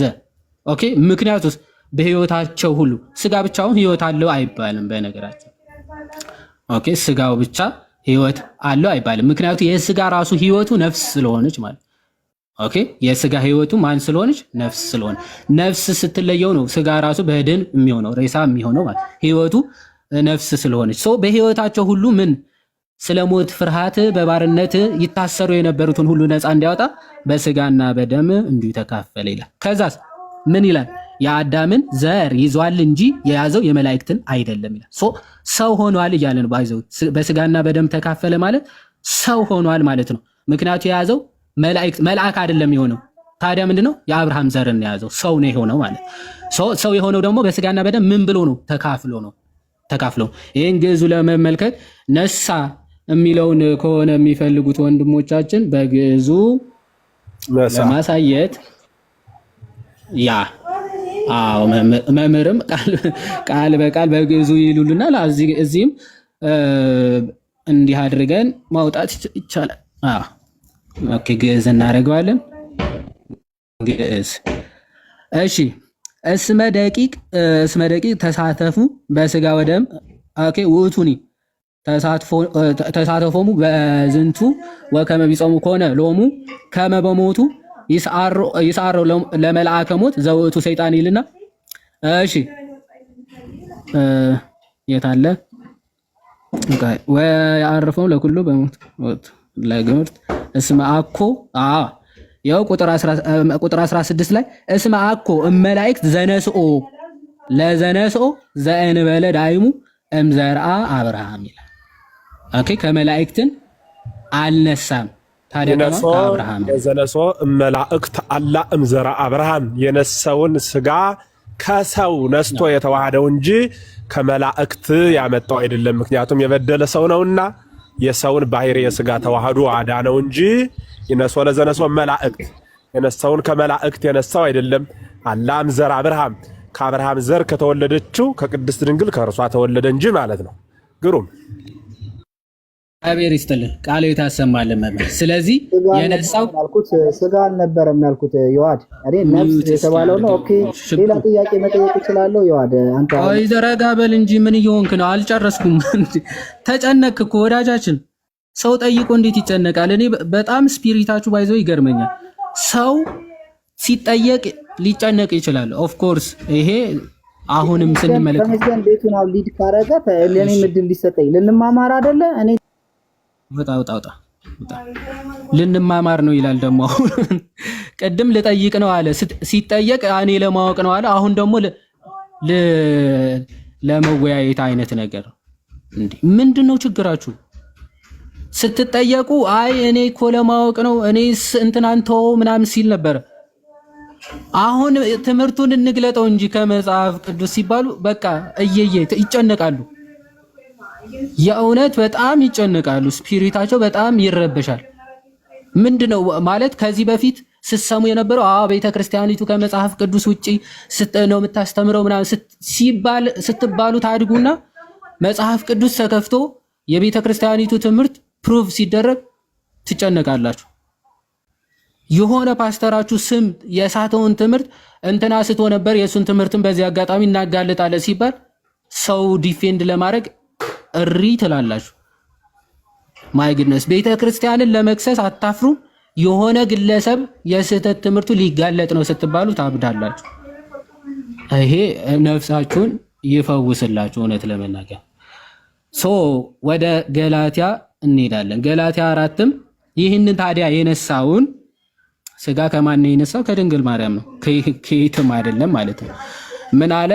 ገላትያ ምዕራፍ 4 ከቁጥር 4 ላይ ነገር ግን የዘመኑ ፍጻሜ በደረሰ ጊዜ እግዚአብሔር ከሴት የተወለደውን ከሕግም በታች የተወለደውን ልጁን ላከ ይላል። እዚህ ጋር የተወለደውን የሚለው ባይዘወይ በግሪኩ ምን ይላል?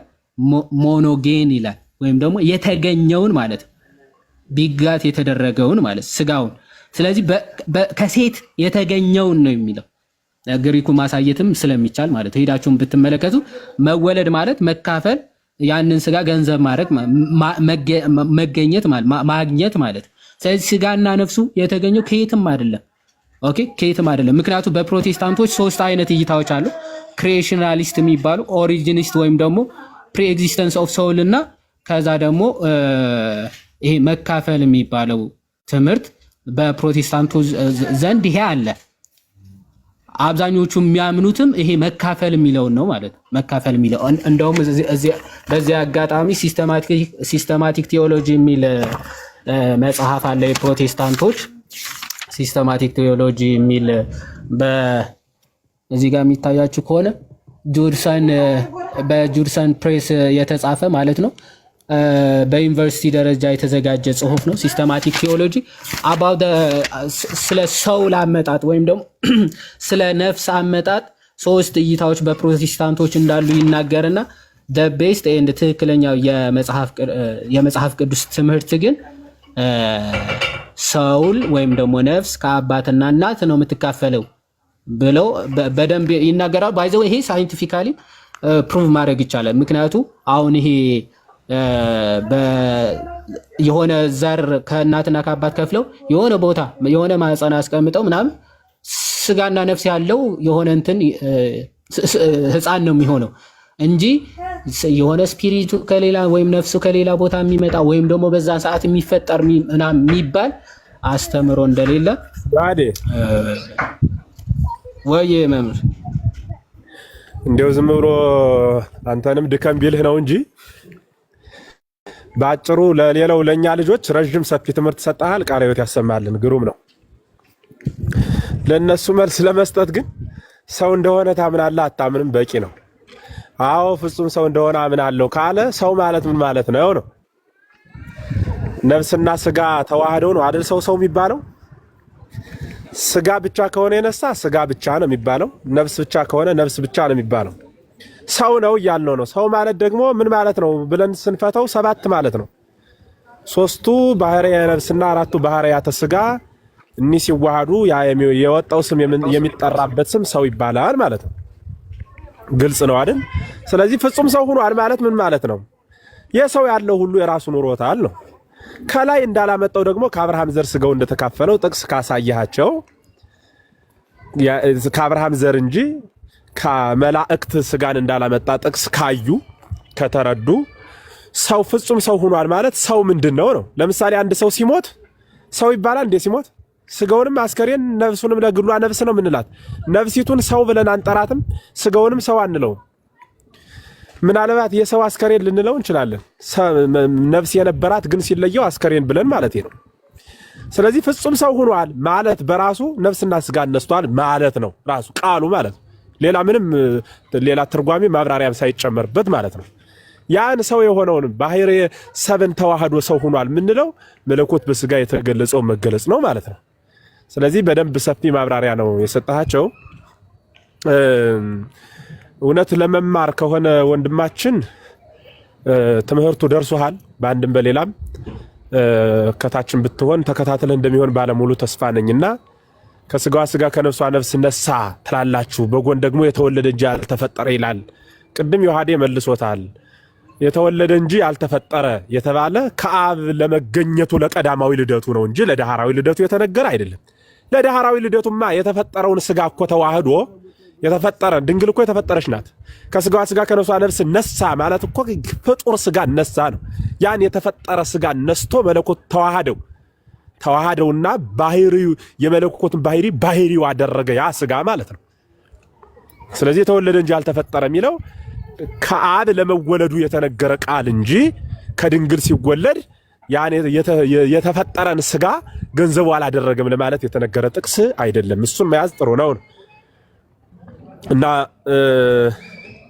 ሌሎቻችሁም ጥያቄ ካላችሁ ተቀጥላላችሁ እና ዮሐድ ግሩም ነው እንደዚያ እናድርግ። ስለዚህ ይሄ ትምህርት በጣም ግልጽ ነው ማለት ነው። ከስጋዋ ስጋ ከነፍሷ ነፍስ ነስቷል። ካልነሳማ ሰውም አልዳንም። በነገራችን ላይ ይህ ትምህርት በጣም ይሰፋል እንጂ አዳም ዕፀ በለስን የበላ ምን አድርጎ ነው? ነፍሱ ናት የበላች ስጋው ነው የበላ? ነፍሱ ነው የበላ ካልነ ስጋው አልነበረምን? አይ ስጋው ነው የበላ ካልነ ነፍስ ከሌለችው ስጋ ብቻውን ከሆነ አስከሬን አይደለምን? አስከሬን ተረስቶ ይበላልን እንላለን። እና ማን ነው የበላ ካልን አዳም፣ ነፍስ ያለው አዳም፣ ተንቀሳቃሹ አዳም ከሆነ የአዳምን ካሳ ካሰለት ማለት ምን ማለት ነው? ባህሪ አዳምን ገንዘቡ አድርጎ ነው የካሰለት ማለት ስጋ ብቻን ወስዶ ከሆነ ካሳ የካሰለት የነፍስ ካሳ ስላልተፈጸመ ነፍስ ዛሬ ገነት መግባቱ አስተት ነው ማለት ነው። ወይም ገነት አትገባም ብሎ መካድ ነው። ለምን ሲባል ነፍስን ለመካስ ነፍስን ገንዘቡ ማድረግ ይጠይቃል ክርስቶስ። ሲቀጥል ደግሞ ነፍስን ያልያዘ ሰው የሆነ የለም። ክርስቶስም ፍጹም ሰው የሆነው ነፍስንም ነስቶ እንጂ ብቻውን ስጋን ብቻ አይደለም። ስለዚህ ድህነት ዓለም ሁሉ ክሳራ ነው የሚሆነው ማለት ነው። ክሳራ ነው የሚሆነው። ሞተ ምንለው አሪያ ምኑ ነው? የሞተው እኮ መለኮት ስለተለየው አይደለም፣ ነፍስ ስለተለየው ነው። መለኮትም አልተለየውም እኮ ሙቶም እንዳልተለየው ለማጠየቅ እኮ ተነሳ። መለኮት አንዴ ብቻ ተዋህደው ከዚያ በኋላ የሆነ ቀን እንደ ልብስ አላወለቀው። ለዘላለም ተዋህዶ ስጋን ተዋህዶ ወደ መቃብር ወረደ፣ ነፍስን ተዋህዶ ወደ ሲኦል ሄዶ የታሰሩትን ፈታ። ይሄ ቤተክርስቲያን ትምህርት ነው። ሞተ ምንለው እኮ ነፍስ ስለተለየችው እኮ ነው። ነፍስና ስጋ ስለተለያዩ እኮ ነው ሞተ ያለው። በመቃብር ስኩብ የሆነው እንዲያ ስለሆነ ነው። ግልጽ ነው። እግዚአብሔር ይስጥልኝ።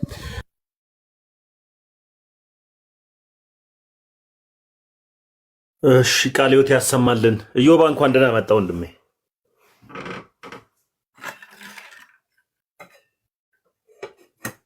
እንኳን ደህና ቆያችሁ። ሰላም ብያለሁ። እንዴት አላችሁ? አለሁልህ። እንኳን አደረሰ ወንድም አለ ዮሐድዬ። እንኳን አብሮ አደረሰን ሁላችሁ። ዮሐድዬ ካልጨረስክ ጨርስና ጎንደሬው ጋር ትቀጥላላችሁ።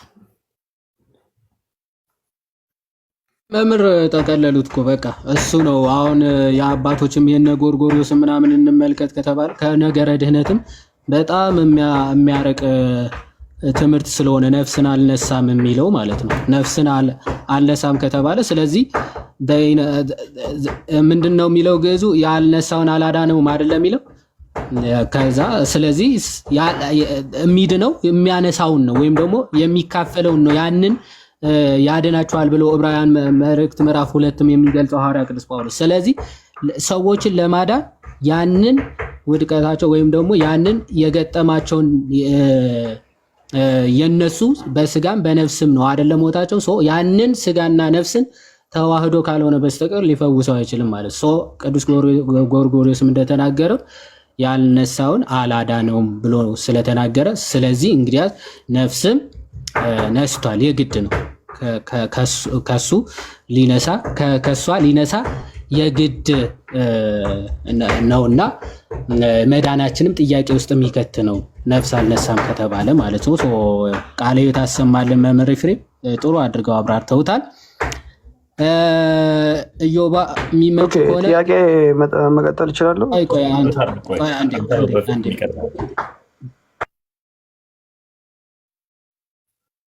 ቀጥል ዮሐድዬ። እሺ እዮባ ይመቻል ከጎንደሬው ጋር። አይ ቀጥሉ ዮሐዴ፣ እናንተ ቀጥሉ። ጎንደሬውን ትንሽ ሰላም ልበለው ዮሐድዬ፣ ከዛ በኋላ ተናግረዋል። ጎንደሬው እንኳን ደህና መጣ።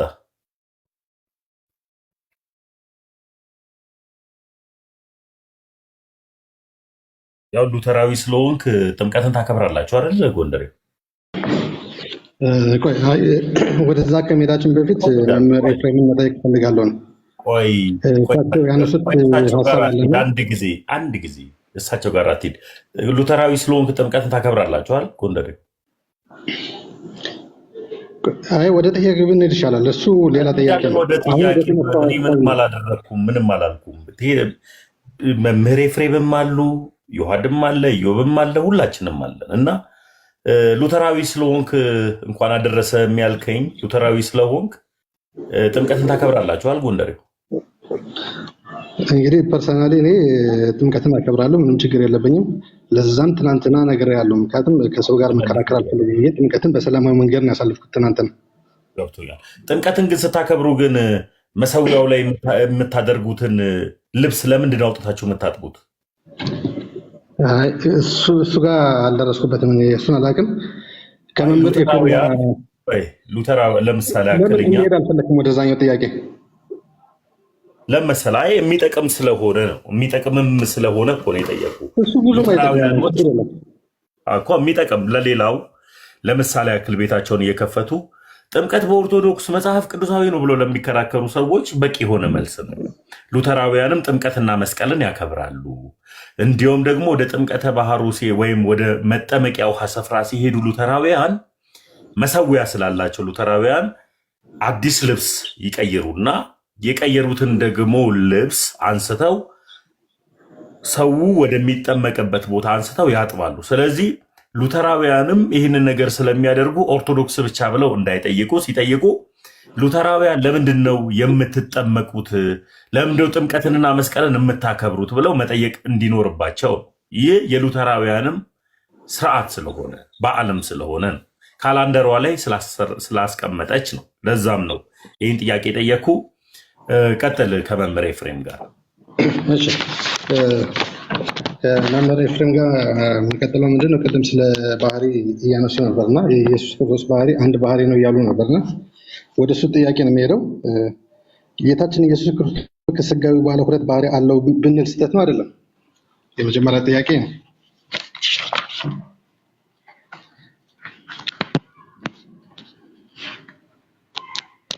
ይሰማላል?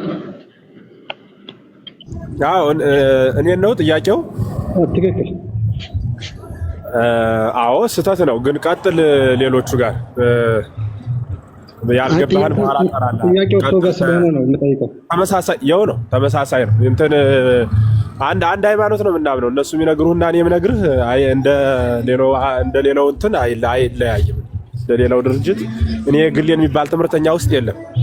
ስህተት ከሆነም ስለምናረም እናስተካክላለን። ስለዚህ ከማን ጋር ኢዮብ አውረው እርሶም ብጠይቅ ይሻለኛል። እኔ ደግሞ ትእዛዝ እቀበላለሁ። ቆይ እነሱ ጋር አውራ። ቀጥል ኢዮብ ወደ አንተ ልምጣ እንዴ? እሺ ኢየሱስ ክርስቶስ ከስጋዊ በኋላ ሁለት ባህሪ ብንል ስህተት ነው እንዴ? ስህተት ነው። እሺ ጆን ካሲያስ ሲናገር so as faithfully and without any doubt to believe that one and the same Son of God who can never be divided existing in two nature ይላል። ይህ ሊከፋፈል የማይችል ሊነጣጠል የማይችል አንዱ የእግዚአብሔር ልጅ በሁለት ባህሪ ይኖራል ይላል። ይሄን ትቀበላለህ? አልቀበልም። ስለዚህ ከአባቶች የማትቀበለው ትምህርት አለ ማለት ነው። እሺ አንድ ያውጣውና እናንበው። አልቀበልም ብለሃል። በቃ ወደ ሌላ ጥያቄ ሄዳለሁ። አንዴ አውጣውና እናንበው። አዎ አንተ ያነበብከውን አንተ ያልከውን ቆይ ስማ። አንተ ያነበብከውን ስማ ጎንደሬው እንትን አትበለኝ። አውጣውና እያሳየኸኝ ደግሞ እናንብባው። አንተ ያልከውን ግን ሁለት ባህሪ የሚለውን አልቀበልም አልኩ። አስቀድሜም እኮ ሁለት ባህሪ የሚለውን እንደማልቀበል ነግሬያለሁ። ከተዋህዶ በኋላ ሁለት ባህሪ የሚባል ነገር አልቀበልም። ነገር ግን ቆይ አንዴ ክፈትና አሳየኝ አልኩ። ይዘኸዋል አይደለ? ከፍተህ ደግሞ ብታሳየኝ። ታዲያ ለምንድን ነው አልቀበልም ያልክ? ስለምታውቀው መሰለኝ። አሁን እኮ ክፈትና እንደማታውቀው። እሺ ችግር የለውም አላውቀውም። አንተ ያነበብከውን አልቀበልም ብያለሁ። አንተ ያልከውን አልቀበልም። ከፍተህ አሳየኝ። ስለምንድን ነው ከፍተህ የማታሳየኝ? እሺ ወደ ሌላ ጥያቄ ልሂድ። በቃ እሱን ስለማትቀበል አትሄድም ወደ ሌላ ትሪኒቲ ቡክ ነው። አትሄድም ወደ ሌላ ከፍተህ አሳየኝ። በቃ አልቀበልም አልከኝ እኮ በቃ አልቀበላለሁ ብትል አሳየኝ ነበር። አልቀበልም አልከኝ። ከፍታ አሳይ፣ ማቴሪያሉን ከፍታ አሳየኝ። አሁን ይኸውልህ አልቀበልም ብለኸኛል ኢዮባ። ለምን እንከራከራለን? ጎንደሬው ምን የሚያከራክር ነገር የለም። አልቀበልም ብለኸኛል። ከአባቶች አንዱን አልቀበልም ብለኸኛል። ከአባቶች አይደለም አልቀበልም ያልኩት ወዳጅ፣ አንተ ያነበብከውን አልቀበልም ያልኩት። ሲጀመር ማን ነው ብዬ አንዴ ቆይ ማን ነው የትኛው መጽሐፍ ላይ ነው ምናምን ብዬ ምንም እኮ አልጠየቅኩም። ያነበብከውን አልቀበልም አልኩ። ስለዚህ ያነበብከውን ነው አልቀበልም ያልኩ። አሁን ግን ከፍተህ እንድታሳየኝ ፈለግኩ እኔ። ስለዚህ ከፍተህ ታሳየኛለህ አታሳየኝም? ቆይ አንዴ ፔሸንት ስለመጣብኝ ቆይ 5 ደቂቃ። ኧረ በለው 5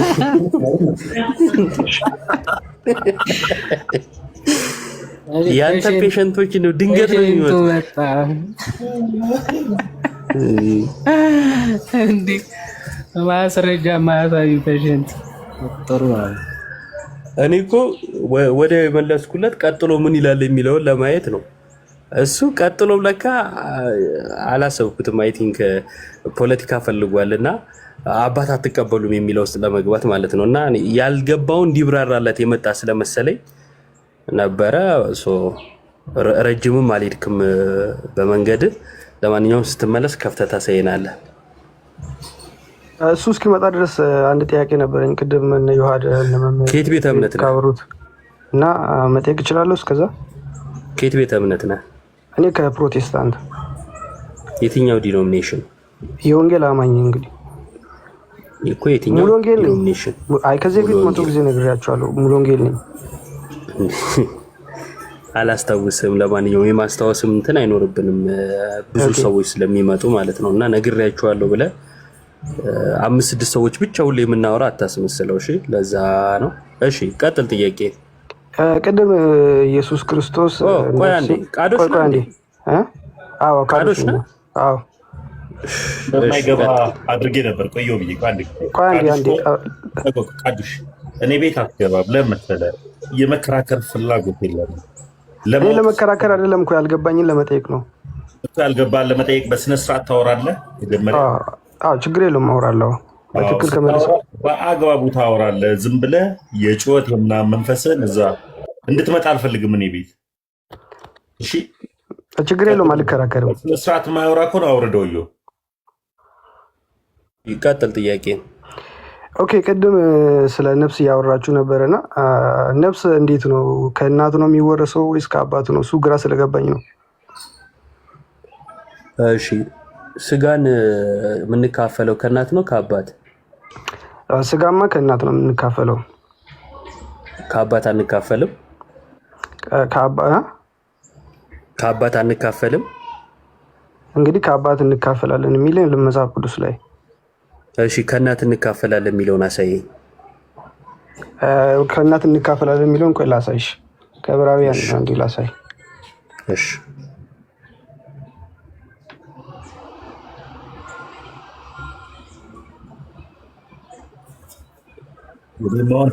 ዳኒ የሚል አካውንት ቅድም በደንብ ተመልሶልሃል እና ደግመህ አትጻፍ። ኦኬ እንግዲህ ልጆች በስጋና ኦኬ አውጥቻለሁ። እንግዲህ ልጆች በስጋና በደም ስለሚካፈሉ እርሱ ደግሞ በሞት ላይ ስልጣን ያለው በሞት እንዲሽር ይሁም ዲያብሎስ ነው። በህይወቱ ሁሉ ኦኬ ስለዚህ ምክንያት ስምን ለወንድሞች እነግራቸዋለሁ። በማህበር መካከል በዜማ አመሰግናለሁ ካለ በኋላ እነርሱ ታመናሉ።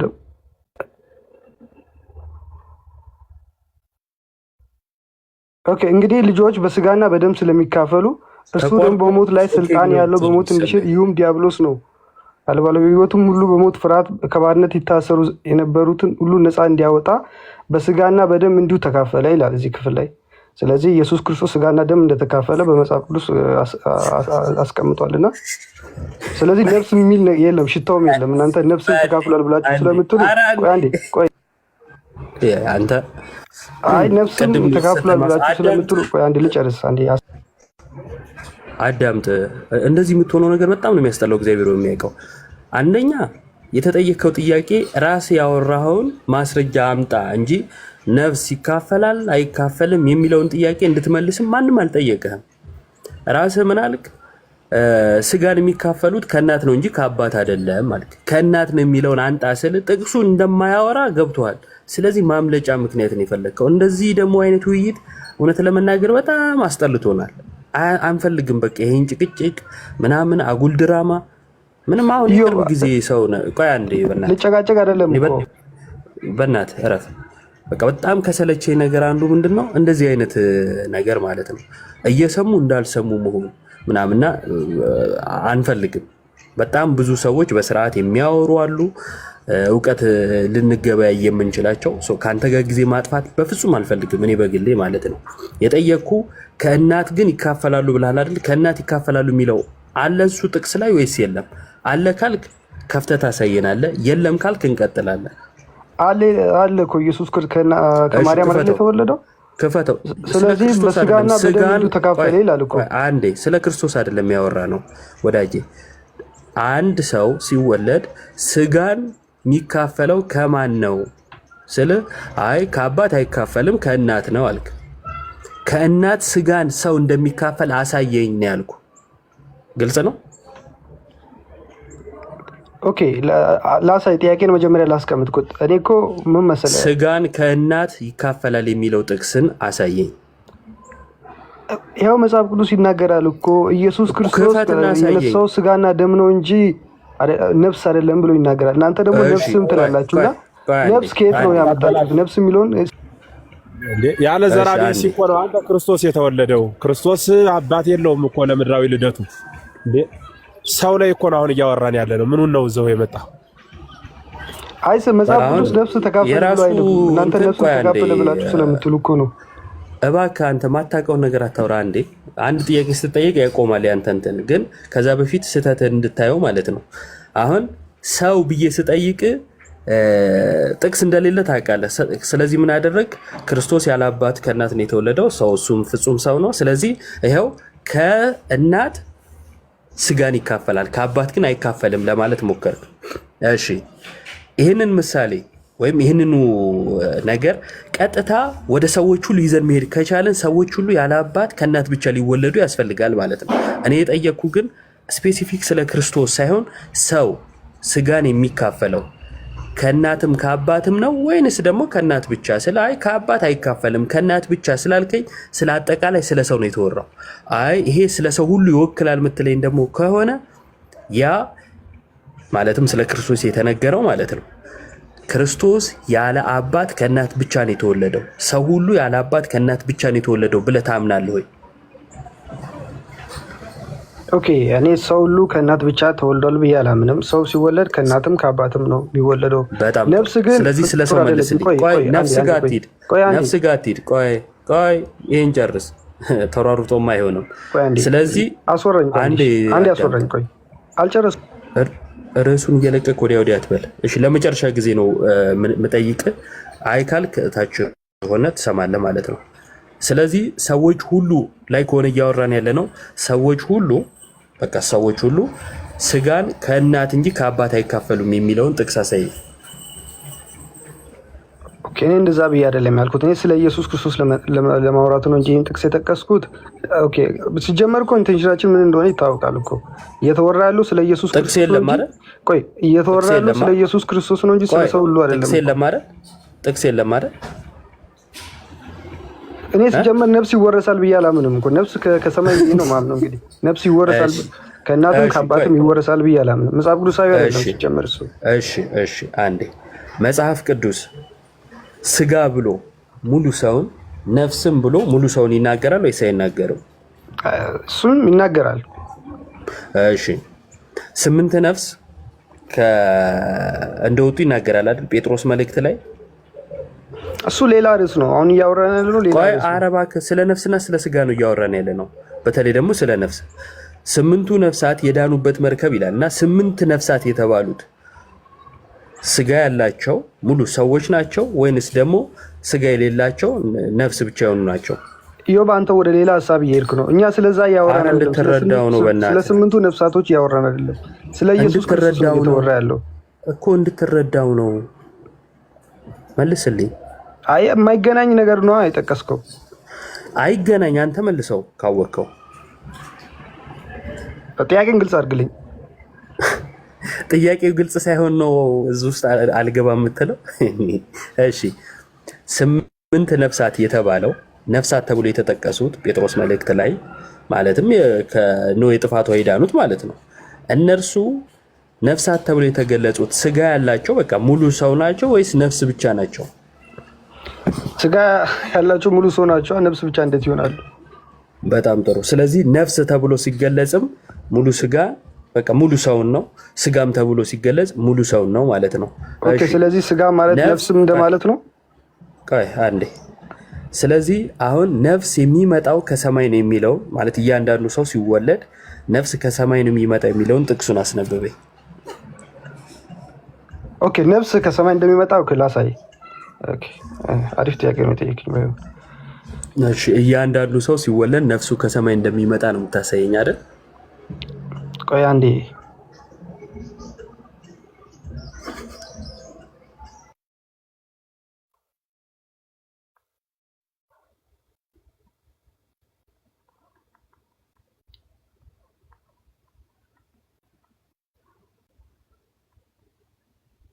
እስከዛን እኛ እናውራ። ዮሐዴ አይሻልም? አዎ ችግር እኮ ነው በእናትህ። አይ እንዲህ ባይዘወይ ደህና ማለት ደህና ክርስቲያን ሆኖ ደህና ያልሆነ የለም። በእርግጥ የሆነ እንደዚህ እድሉ ቢያገኝ እኮ በቃ ስህተቱ ላለማመን ለማምለጥ እኮ ነበር። መጀመሪያ ከእናት ነው ስጋ የሚካፈሉት አለና ማስረጃ አለ ሲባል እንዴ አዎ እሱማ አለ ቆይ ላሳይ ብሎ ሲያነበው እናት የሚል የለም።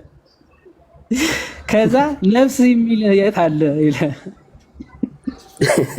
እንዴ አልዛይመር እኮ የለንም በነገራችን። ነፍስ የሚል የት አለ ይላል። እናት የሚል አምጣ እንጂ ፓፓ